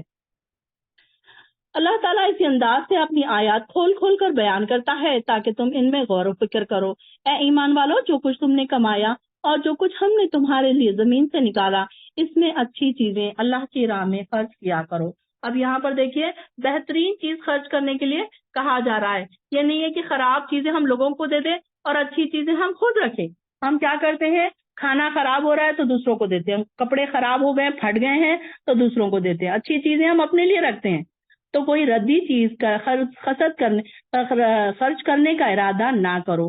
یعنی کہ پھر کیسا ہے کہ ہم اللہ کو دے رہے ہیں. یہ سوچئے نا کہ اگر ہم کسی کو گفٹ دیں اور کوئی خراب سی چیز دے دیں تو گفٹ لینے والا کیا کہے گا؟ وہ آپ کے جانے کے بعد اسے کونے میں پھینک دے گا اور کہے گا کہ مجھے نہ دیتا تو چلتا تھا نا، اتنا خراب مجھے گفٹ اس نے دیا. تو ہم اللہ کو جب گفٹ دے رہے ہیں، یعنی کہ ہم کسی غریب کو دے رہے ہیں، اس کا کیا مطلب ہوا کہ ہم اللہ کو دے رہے ہیں تحفہ. تو جب بھی تحفہ دے، کسی کو غریب کی مدد کریں تو یہ ضرور سوچیں کہ یہ تحفہ میں اللہ کو دے رہا ہوں. جب یہ ہمارے دل میں خیال ہوگا تو ہم کیا کریں گے، اچھے سے اچھی چیز اللہ کی راہ میں پھر دیں گے. حالانکہ وہی چیز اگر کوئی شخص تمہیں دے تو تم ہرگز قبول نہ کرو گے. یعنی کہ ایسی چیز ہم اگر کسی کو دے رہے ہیں جو بالکل ردی ہے، جو بالکل پھینکنے کے کام کی ہے، تو ایسی اگر چیز آپ کو کوئی دے دے تو آپ کتنا غصہ ہو جائیں گے کہ مجھے کیوں دیا اس نے ایسی چیز، کیا مجھے اس کی ضرورت تھی، میرے پاس تو ایسے اچھی اچھی چیزیں پڑی ہیں. ایسا خیال آئے گا نا آپ کے دل میں. تو یہاں پر اللہ تعالیٰ جان لو کہ اللہ تعالیٰ بے نیاز ہے اور کائنات کی ہر چیز کی تعریف کر رہی ہے. اس کی تعریف شیطان تمہیں مفلسی سے ڈراتا ہے اور تمہیں شرمناک کام کرنے کا حکم دیتا ہے، بے حیائی کا حکم دیتا ہے شیطان. جبکہ اللہ تعالیٰ تمہیں اپنے فضل مغفرت کی امید دلاتا ہے، اور اللہ تعالیٰ بڑا وسعت والا اور جاننے والا ہے، اور جسے چاہتا ہے حکمت عطا کرتا ہے، اور جسے حکمت سے نواز دیا گیا اسے بہت بڑی خیر سے نواز دیا گیا. اور ان باتوں سے صرف عقل مند لوگ ہی سبق حاصل کیا کرتے ہیں. اور جو لوگ تم میں سے جو لوگ اللہ کی راہ میں خرچ کریں تو یا کوئی نظر مان لو تو اللہ تعالیٰ اسے خوب جانتا ہے، اور ظالموں اللہ کے حکم کے خلاف خرچ کرنے والوں کا کوئی مددگار نہیں. اور اگر تم ایسے صدقات کو ظاہر کرو تو بھی اچھا ہے، لیکن اگر خفیہ طور پر فقراء کو دو تو یہ بھی زیادہ بہتر ہے. اب یہاں پر دیکھیے، صدقات کی دو قسمیں بتائی گئی ہیں، ایک تو دکھا کر دینا اور ایک تو چھپا کر دینا. چھپا کر دینا ویسے ہی افضل ہے، لیکن دکھا کر دینے میں کیا ہے خاص بات کہ دکھا کر دینے میں یہ بات ہے کہ ہو سکتا ہے کہ آپ کے آس پاس بیٹھے ہوئے لوگوں کے اندر بھی شوق پورا ہو جائے، کہ شوق ہو جائے کہ میں بھی صدقہ کروں، یہ 100 کر رہے ہیں تو میں کم سے کم 50 ہی کر دوں. تو یہ شوق دلانے کے لیے اس میں انسان کی نیت یہ ہونی چاہیے.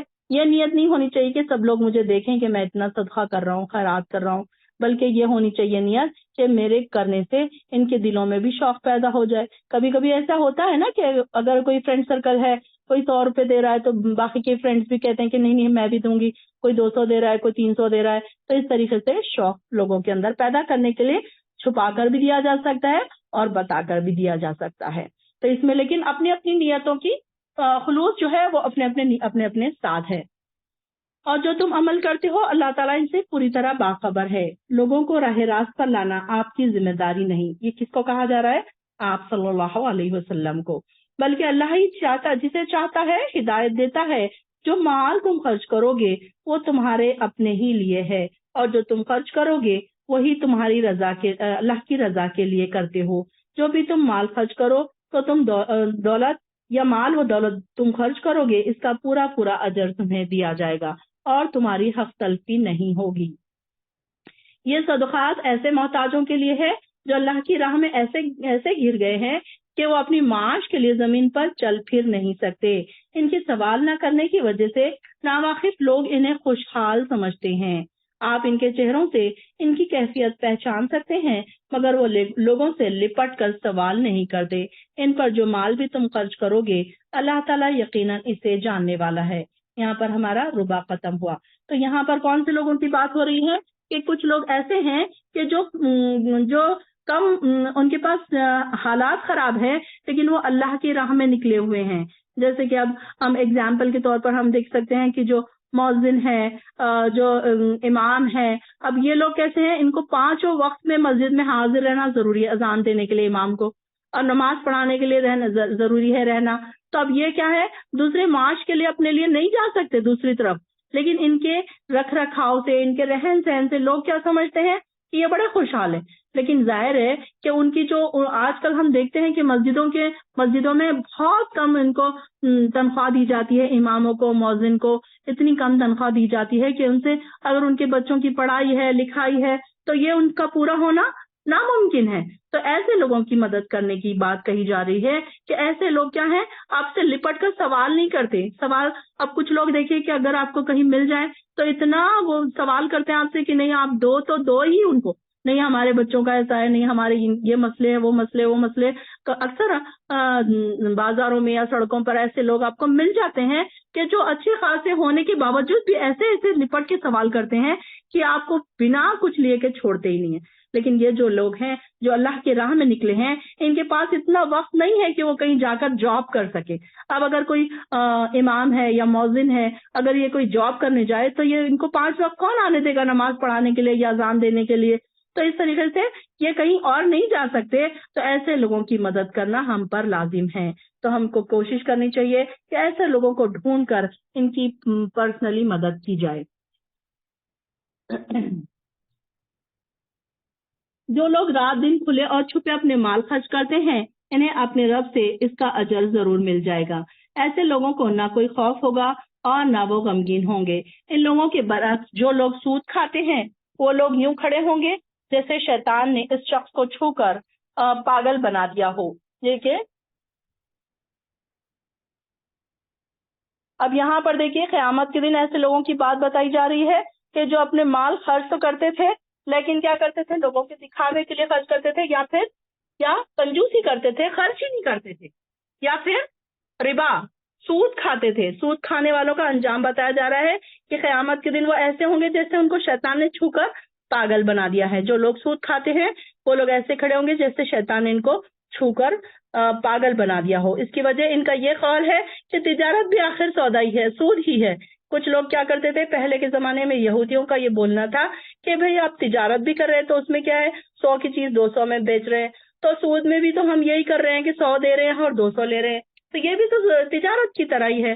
تو یہ ان کی باتوں پر اللہ تعالیٰ ان کا جواب دے رہے ہیں۔ حالانکہ اللہ نے تجارت کو حلال قرار دیا اور سود کو حرام قرار دیا گیا۔ اب آج کل ہم دیکھتے ہیں کہ سود بہت طریقوں سے ہمارے زندگیوں میں شامل ہو رہا ہے، جس کی کئی لوگوں کو خبر بھی نہیں ہوتی کہ کس طریقے سے سود ہماری زندگیوں میں شامل ہو رہا ہے۔ اب جس شخص کو اس کے رب سے یہ نصیحت پہنچ گئی وہ سود سے رک گیا، تو پہلے تو جو سود کھا چکا سو کھا چکا، اس کا معاملہ اللہ کے سپرد ہے، مگر جو پھر بھی سود کھائے تو یہی لوگ اہل دوزخ ہیں جس میں وہ ہمیشہ رہیں گے۔ اللہ تعالیٰ سود کو مٹاتا ہے اور صدقات کی پرورش کرتا ہے، اور اللہ کسی ناشکرے بد عمل انسان کو پسند نہیں کرتا۔ اللہم لا تجعلنا منہم، اللہ میں ایسے لوگوں میں سے نہ بنا جنہیں اللہ تعالیٰ نہیں پسند کرتے۔ البتہ جو لوگ ایمان لائے اور انہوں نے اچھے کام کیے، نماز قائم کرتے رہے اور زکوٰۃ ادا کرتے رہے، ان کا اجر ان کے رب کے پاس ہے، انہیں نہ کوئی خوف ہوگا اور نہ وہ غمگین ہوں گے۔ اب دیکھیے کہ نیک اور متقی لوگوں کی کوالٹیز بتا دی گئی ہے کہ وہ لوگ کیسے ہیں۔ پہلے تو اچھے کام کرنے والے ہیں، ایمان لانے والے۔ سب سے پہلا عمل کیا ہے؟ ایمان لانا۔ اگر کوئی ایمان نہیں لاتا ہے اور ساری نیکیوں کے کام کرتا ہے تو اس کے عمل کوئی قابل قبول نہیں رہیں گے۔ تو یہاں پر ایمان کے قابل کاموں کے، اچھے کام کے قابل قبول ہونے کی سب سے پہلی شرط کیا ہے؟ ایمان والا ہونا۔ اور اس کے بعد پھر نماز بھی قائم کرنا ہے، زکوٰۃ بھی ادا کرتے رہنا ہے، ایسے لوگ جو ہیں ان کے پاس اللہ کے پاس ان کا اجر ہوگا اور وہ قیامت کے دن پریشان حال نہیں ہوں گے، غمگین نہیں ہوں گے۔ اے ایمان والو، اللہ سے ڈرتے رہو، اور واقعی اگر تم واقعی مومن ہو تو جو سود باقی رہ گیا اسے چھوڑ دو۔ اگر تم نے ایسا نہ کیا تو اللہ اور اس کے رسول کی جانب سے تمہارے خلاف جنگ کا اعلان ہے، اور اگر سود سے توبہ کر لو تو تم اپنے اصل سرمایے کے حقدار ہو۔ اب یہ جب آئی آیت تو بہت سارے صحابہ نے کیا کیا، جن کو پیسے دیے تھے وہ سارا کا سارا انہوں نے چھوڑ دیا۔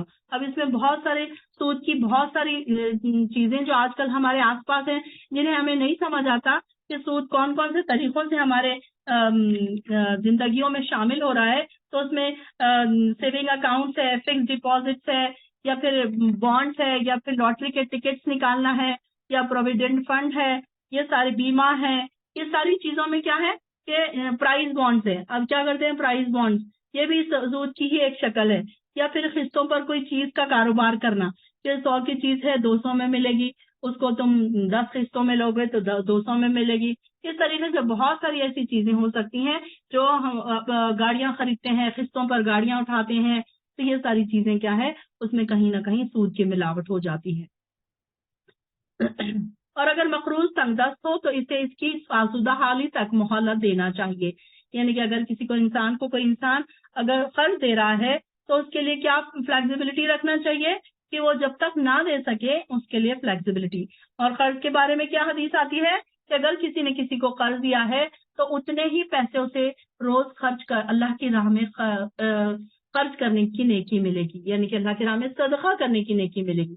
اگر سپوز آپ کو کسی نے کہا کہ میں 1 مہینے میں دے دوں گا، اور 1 مہینے کے بعد اگر وہ نہیں دے رہا ہے، اور وہ 1 مہینے کے بعد ایک دن جو ہے آپ کا صدقہ جو ہے ڈبل ہوتا جائے گا۔ اگر آپ نے 100 روپے دیے ہیں کسی کو تو وہ پہلے دن 100 روپے آپ کو صدقہ کرنے کا ثواب ملے گا، تو دوسرے دن 200، تو تیسرے دن 400، ایسے آپ کے صدقات بڑھتا جائے گا، کیونکہ آپ نے صرف اللہ کی رضا کے لیے اسے فلیکسیبلٹی دی، اور اس سے آپ نہیں مانگ رہے ہیں، آپ یہ جانتے ہیں کہ وہ تنگ دست ہے، وہ آسودہ حال جب تک نہیں ہوگا تو میں اس سے نہیں لوں گا۔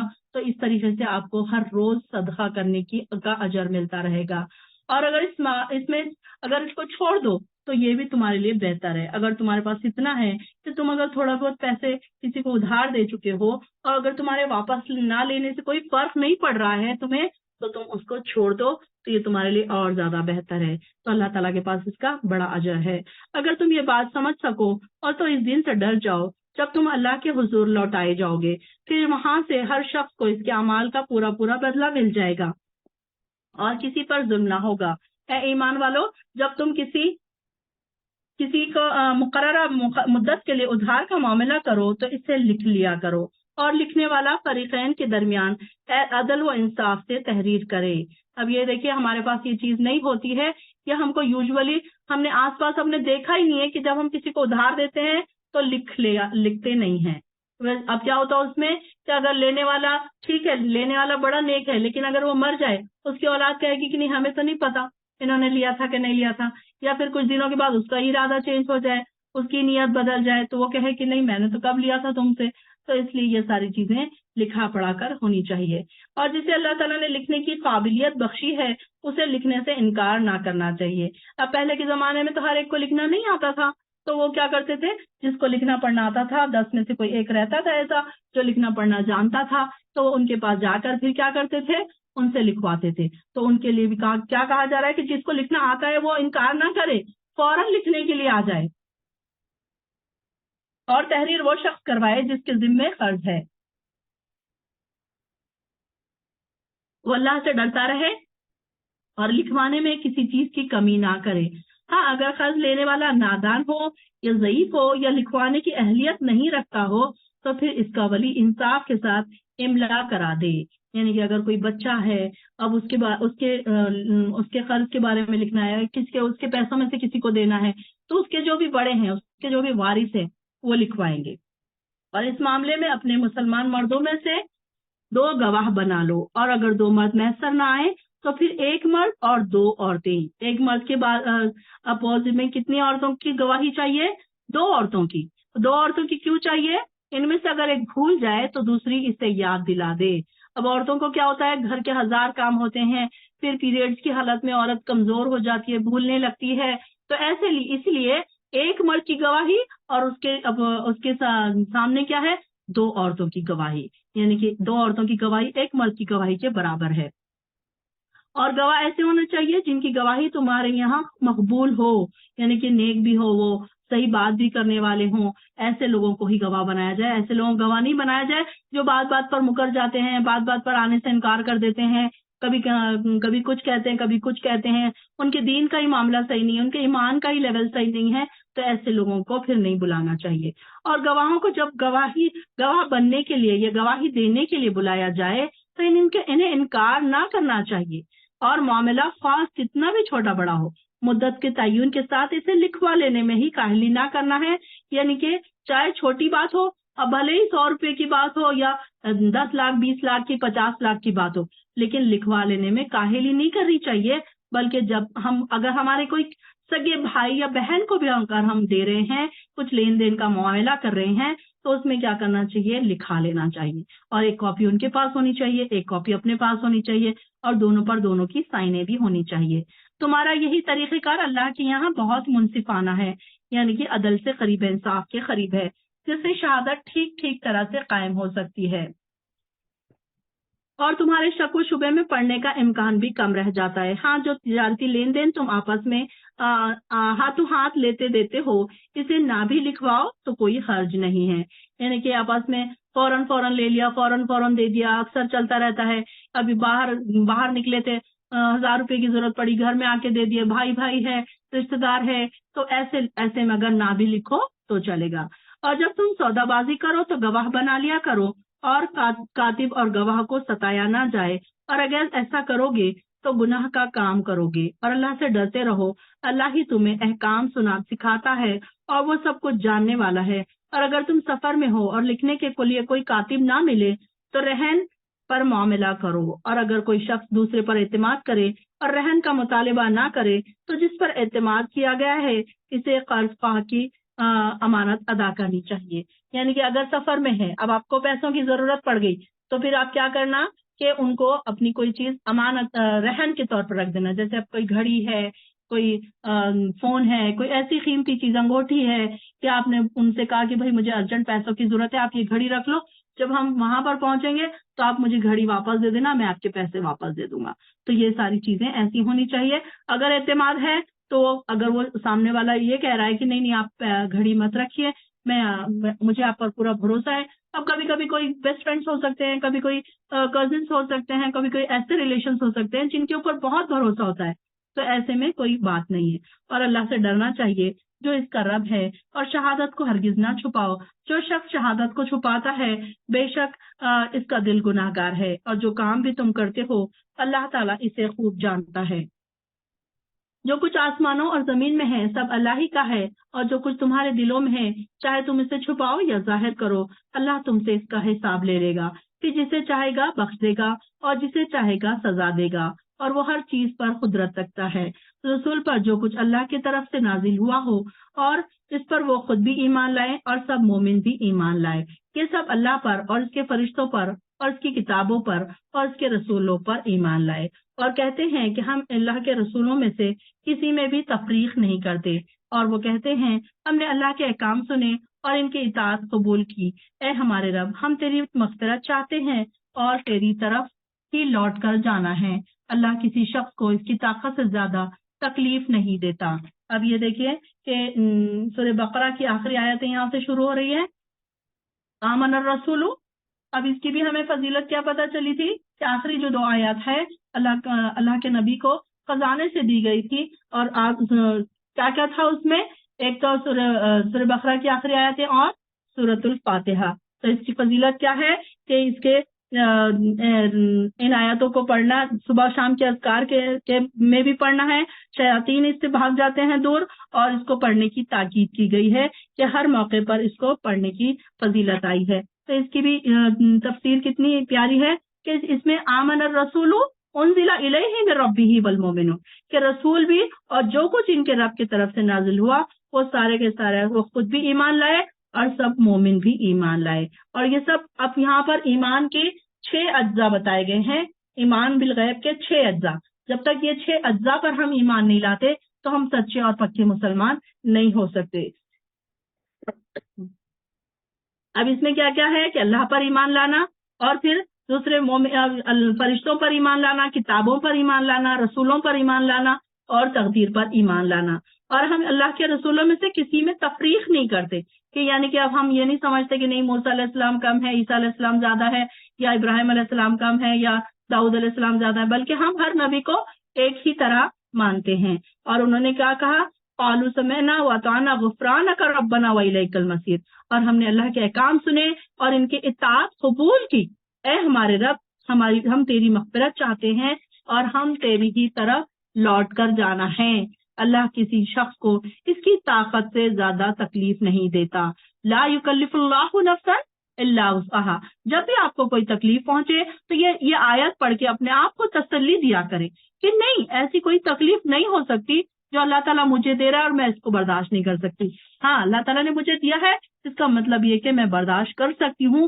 اللہ تعالیٰ کسی کے اوپر ظلم کرنا نہیں چاہتا، بلکہ اللہ تعالیٰ کا ارادہ آزمائش کا ہوتا ہے، اور اللہ تعالیٰ چاہتا ہے کہ اپنے بندوں کو تکلیف میں ڈال کر ان کے گناہوں کو مٹا دے، ان کے درجات کو بلند کر دے. تو ہمیں نہیں پتا کہ جو بھی آزمائش میں مبتلا ہے، جو بھی ہم نہیں جان سکتے کہ کس کی آزمائش کیا ہے. کوئی بچوں کی طرف سے آزمائش میں مبتلا ہے، کوئی شوہر کی طرف سے آزمائش میں مبتلا ہے، کوئی بیوی کی طرف سے آزمائش میں مبتلا ہے، کوئی بہو کی وجہ سے آزمائش میں مبتلا ہے، تو کوئی ساس کی وجہ سے آزمائش میں مبتلا ہے، تو کوئی معاشی پریشانی، پیسوں کی تنگی کی وجہ سے پریشان ہے. ہر انسان کی اپنی اپنی پریشانی.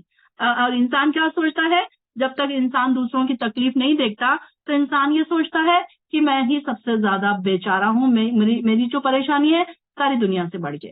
لیکن اگر آپ باہر نکلے، آپ 4 لوگوں کی تکلیفیں سنیں تو آپ کو پتا چلے گا کہ آپ کی پریشانی سب سے کم ہے. جب تک آپ دوسروں کی پریشانی نہیں سنتے تو آپ کو کیا لگتا ہے کہ میں ہی سب سے زیادہ بیچاری ہوں اور مجھے پر ہی اللہ تعالیٰ نے بہت ظلم کر دیا. جو اللہ کے نیک بندے ہیں وہ کیا کہتے ہیں کہ اللہ نے جو بھی ہمیں تکلیف دی اس پر ہم صبر کریں گے. تو یہاں پر اللہ تعالیٰ کیا کہہ رہا ہے کہ کوئی کسی جان کو اتنی تکلیف نہیں دیتا کہ وہ برداشت نہ کرے. اور پھر اللہ تعالیٰ فرما رہے ہیں کہ کوئی شخص اچھا کام کرے تو اسے اس کا اجر ملے گا. لہا ما کسبت وعلیہا ما اکتسبت.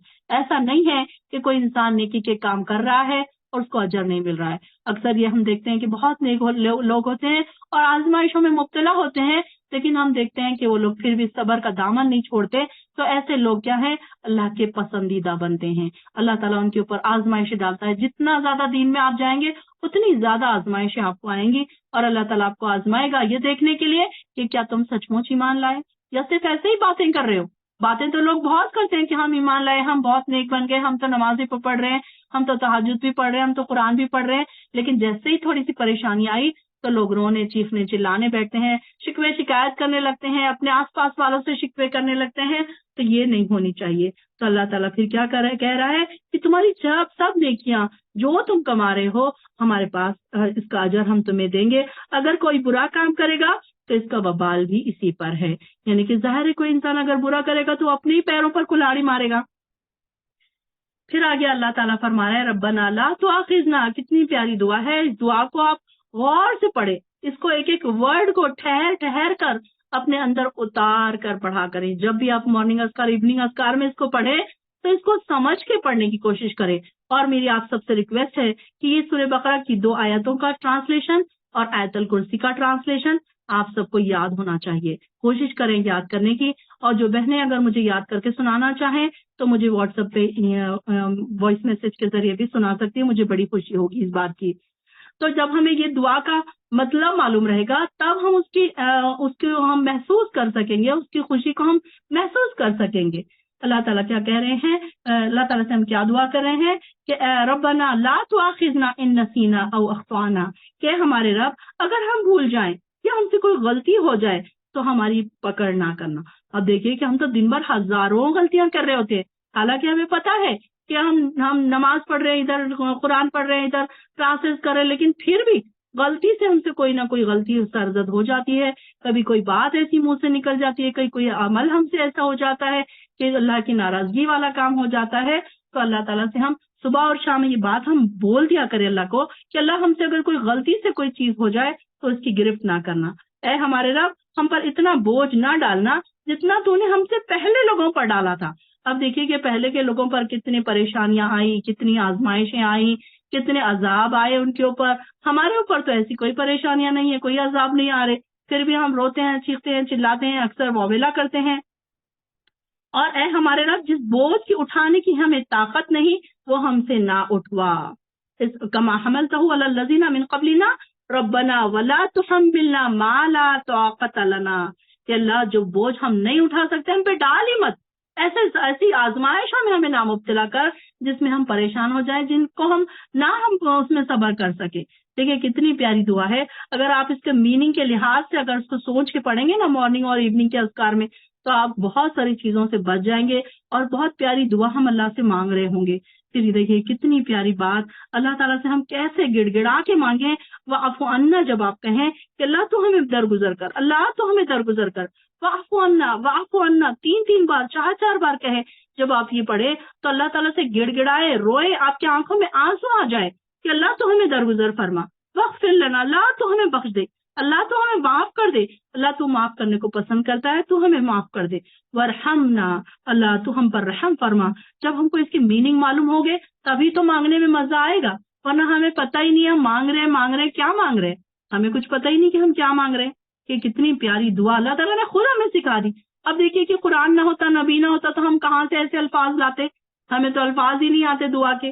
کتنے پیارے الفاظ اللہ تعالیٰ نے اپنی کتاب میں ہمیں سکھا دیے کہ بس ہم بولے اور اللہ تعالیٰ ہماری بات ماننے کے لیے تیار ہے، کہ اللہ تعالیٰ دعائیں قبول کرنے کے لیے تیار ہے۔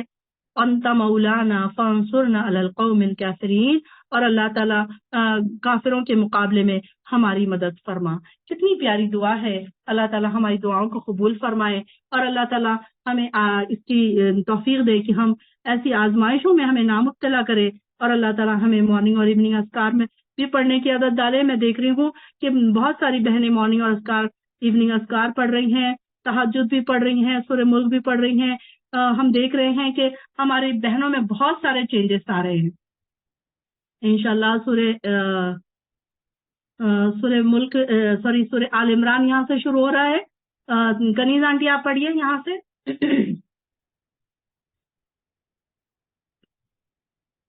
السلام علیکم رحمۃ اللہ وبرکاتہ۔ اذان ہو گئی نا؟ اچھا اذان ہو گئی آپ کے پاس؟ چلے ٹھیک ہے، نماز کا وقت ہے۔ چلے ٹھیک ہے، میں ہی پڑھ لیتی ہوں۔ الماس ہے یہاں پر؟ اچھا چلو ٹھیک ہے۔ نازیہ ہے؟ نازیہ سعید؟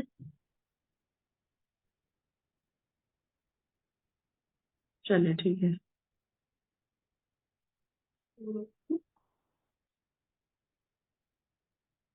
بسم اللہ الرحمن الرحیم۔ الف لام میم۔ اللہ کے سوا کوئی الہ نہیں، وہ ہمیشہ سے زندہ اور ہر چیز کو قائم رکھنے والا ہے۔ اسی نے آپ پر ایسی کتاب اتاری جو حق لے کر آئی ہے اور اپنے سے پہلی کتابوں کی تصدیق کرنے والی ہے، اور اللہ تعالیٰ نے اس سے پہلے لوگوں کو ہدایت کے لیے تورات اور انجیل اتاری تھی۔ اس کے بعد فرقان قرآن مجید نازل کیا جو حق اور باطل میں فرق کرنے والا ہے۔ فرقان کا کیا مطلب ہے؟ قرآن کا ایک نام فرقان بھی ہے، اور فرقان کا کیا مطلب ہے؟ حق اور باطل میں فرق کرنے والی کتاب۔ جو لوگ اللہ کی آیات کا انکار کرتے ہیں انہیں سخت سزا ملے گی، اور اللہ تعالیٰ زور آور ہے، برائی کا بدلہ لینے والا ہے۔ اللہ وہ ہے جس سے کوئی چیز چاہے وہ زمین میں ہو یا آسمان میں پوشیدہ نہیں رہ سکتی، وہی جسے چاہتا ہے تمہاری ماؤں کے پیٹ میں تمہاری صورتیں بناتا ہے، اس کے سوا کوئی الہ نہیں۔ وہ زبردست ہے اور حکمت والا ہے۔ وہی تو ہے جس نے آپ پر کتاب نازل کی جس کی کچھ آیات تو محکم ہے، اور یہی محکمات کتاب کی اصل بنیاد ہیں، اور دوسری متشابہات ہیں۔ اب یہاں پر دیکھیے کہ قرآن میں کچھ آیتیں محکمات ہیں اور کچھ متشابہات ہیں۔ محکم کا کیا مطلب ہے؟ کہ جن کا واضح ترجمہ ہمیں پتہ چل رہا ہے، واضح ہمیں علم ہے کہ یہ ایسے ہی ہے، اس کا ہم آیت پڑھتے ہی ہم سمجھ جاتے ہیں کہ اس کا میننگ یہ ہے۔ لیکن متشابہات کیسی ہیں کہ اس میں ذرا ہم نہیں سمجھ سکتے، اس کے یہ بھی میننگ ہو سکتے ہیں، وہ بھی میننگ ہو سکتے ہیں۔ جیسے کہ ذو معنی جو الفاظ ہیں وہ ہو سکتے ہیں، تو اس طریقے سے دونوں قسم کی آیاتیں اس میں ہیں۔ اب جن لوگوں کے دلوں میں ٹیڑھاپن ہے، پہلے کسی غلط طریقے نظریے پر یقین رکھتے ہیں، تو وہ کیا کرتے ہیں، فتنے کی خاطر متشابہات کے ہی پیچھے پڑے رہتے ہیں، کیا نہیں اب یہ کیوں ہے، اس کا مطلب یہ کیوں ہے۔ اب جو لوگ ڈھونڈتے ہیں اس میں ٹیڑھاپن، تو وہ جو نکالنے بیٹھتے ہیں اس میں، تو وہ کیا کرتے ہیں، اس میں ایسی باتیں نکالتے ہیں کہ اب یہ اس میں ایسا کیوں ہے، قرآن کی آیت میں یہ کیوں لکھا ہوا ہے۔ انہیں اپنے حسب منشا معنی پہنانا چاہتے ہیں، یعنی کہ اب اس کے میننگ کچھ کا کچھ، کئی آیتوں کے میننگ میں نے دیکھے کہ کئی لوگ ایسے اب الگ الگ طریقے کے لوگ ہو گئے ہوں ہیں جو انہوں نے قرآن کے میننگ ہی بدل ڈالے۔ اللہ تعالیٰ ہمیں ایسے لوگوں سے بچا، ایسے قرآن ہمارے ہاتھوں تک نہ آنے دے۔ اب یہ بھی کہا جا رہا ہے کہ قرآن میں کچھ چیزیں بدل کر وہ قرآن تقسیم کیے جا رہے ہیں، لوگوں کے گھروں میں لے جا کر دیے جا رہے ہیں۔ جب حالانکہ ان کا صحیح مفہوم اللہ کے سوا کوئی اور نہیں جانتا، اور جو علم میں پختہ ہیں وہ کہتے ہیں ہم ان متشابہات پر ایمان لاتے ہیں، ساری ہی آیات ہمارے رب کی طرف سے ہیں، اور کسی چیز سے سبق تو صرف عقل مند لوگ ہی حاصل کرتے ہیں، اور وہ دعا مانگتے ہیں، اے ہمارے رب، ہدایت دینے کے بعد ہمارے دلوں کو ٹیڑھا نہ کرنا۔ یہاں پر دیکھیے کہ دعا بھی مانگ، ربنا لا تزغ قلوبنا بعد اذ ہدیتنا، یہ دعا کو انڈر لائن کیجیے، آیت نمبر 8، کہ اللہ ہمارے دلوں کو، اب کیا ہوتا ہے، اکثر کیا ہوتا ہے، لوگ کیا کرتے ہیں، ہدایت مل جانے کے بعد بھی لوگ ہٹ جاتے ہیں، دین سے ہٹ جاتے ہیں۔ کئی لوگوں کو ہم نے دیکھا ہے کہ انہوں نے اپنے آپ کو بدل ڈالا، ایسے گروپس میں چلے گئے، یا پھر ان کے پاس ایسا پیسہ آ گیا یا اسٹیٹس آ گیا، اس کی وجہ سے وہ دین سے دور ہوتے چلے گئے۔ تو ایسے لوگوں سے اللہ تعالیٰ ہم کو دعا سکھا رہا ہے کہ اللہ ہمیں ایسے لوگوں سے نہ بنا جو دین سے ہٹ جائیں پھر، اور بے شک تو ہی سب کچھ عطا کرنے والا، انک انت الوہاب، بے شک تو ہی سب کچھ عطا کرنے والا ہے۔ اے ہمارے رب، بے شک تو ہی سب لوگوں کو ایک دن جمع کرنے والا ہے، اور جس کے آنے میں کوئی شک نہیں، تو کبھی اپنے وعدے کی خلاف ورزی نہیں کرتا۔ جو لوگ کافر ہیں، اللہ کے حضور نہ ان کے مال کچھ کام آ سکیں گے اور نہ اولاد، یہی لوگ دوزخ کا ایندھن ہے۔ ان لوگوں کا معاملہ بھی ایسے ہی ہے جیسے آل فرعون کا، اور ان لوگوں کا جو تھا جو ان سے پہلے گزر چکے۔ انہوں نے ہماری آیات کو جھٹلایا تو اللہ نے ان کے گناہوں کے بدلے انہیں پکڑ لیا، اور اللہ سزا دینے پر بڑا سخت ہے۔ آپ ان کافروں سے کہہ دیجئے کہ عنقریب تم مغلوب ہو جاؤ گے اور جہنم کی طرف ہانکے جاؤ گے، اور وہ بہت برا ٹھکانہ ہے۔ تمہارے لیے ان دو گروہوں میں نشان عبرت ہے جو بدر میں ایک دوسرے کے مقابلے پر اترے۔ ان میں سے ایک گروہ تو اللہ کی راہ میں لڑ رہا تھا، اور دوسرا گروہ کافر تھا جو ظاہری آنکھوں سے مسلمانوں کو اپنے سے دو چند دیکھ رہا تھا، مگر اللہ تو اپنی مدد سے اس کی تائید کرتا ہے جس کی وہ چاہتا ہے۔ اب یہاں پر دیکھیے کہ جنگ بدر کا ابتدائی منظر پیش کیا جا رہا ہے کہ یہاں پر جو مسلمان تھے کتنے تھے، 313 تھے، جبکہ مشرکین کی تعداد کتنی تھی، 1000 تھی۔ لیکن جب مشرکین مسلمانوں کو دیکھتے تو اپنے سے دگنا دیکھتے تھے، مگر اللہ تو اپنی مدد سے ان کی تائید کرتا ہے جس کی وہ چاہتا ہے۔ اب یہاں پر کیا ہوا تھا، فرشتے اللہ تعالیٰ نے ان کی مدد کے لیے بھیج دیے تھے، اور اللہ تعالیٰ جس سے چاہتا ہے اپنی مدد بھیج دیتا ہے۔ اس واقعے میں بھی صاحب نظر لوگوں کے لیے سامان عبرت ہے۔ لوگوں کے لیے خواہشات نفس سے محبت، یعنی کہ جیسے عورتوں سے، بیٹوں سے، سونے اور چاندی کے جمع کردہ خزانوں سے، نشان زدہ عمدہ قسم کے گھوڑوں، مویشیوں اور کھیتی سے محبت بنا دی گئی ہے۔ یہ سب کچھ دنیاوی زندگی کا سامان ہے، یعنی کہ ہر ایک کے دلوں میں یہ ساری چیزوں کی محبت تو ہے ہی ہے، یہ پہلے سے ڈال دی گئی ہے، لیکن اس محبت کے ساتھ ساتھ اللہ تعالیٰ سے محبت کیسے کرنا ہے وہ بھی لوگوں کو سکھا دی گئی ہے۔ یعنی کہ اکثر کیا ہوتا ہے، لوگوں کے اٹریکشن کیا ہوتا ہے، بیٹوں کا اٹریکشن ہوتا ہے، سونا چاندی جمع کرنے کا اٹریکشن ہوتا ہے، خزانوں کا اٹریکشن ہر ایک کے دل میں ہے، یہ ہر چاہے کوئی ہوا عام اور خاص، سب کے دلوں میں یہ اٹریکشن ہوتا ہے۔ تو یہ محبت تو رکھ دی گئی ہے، لیکن اس محبت کے ساتھ اپنے دین کو کیسے بیلنس کرنا ہے وہ تم کو دیکھنا ہے۔ آپ لوگوں سے کہیے میں تمہیں ایسی چیزوں کی خبر دوں جو اس دنیاوی سامان سے بہتر ہے۔ جو لوگ تقوی اختیار کرتے ہیں ان کے لیے ان کے رب کی یہاں ایسے باغات ہیں جن کے نیچے نہریں بہ رہی ہیں، اور وہ ان میں ہمیشہ رہیں گے۔ وہاں انہیں پاک صاف بیویاں میسر ہوں گی، اور اللہ کی رضامندی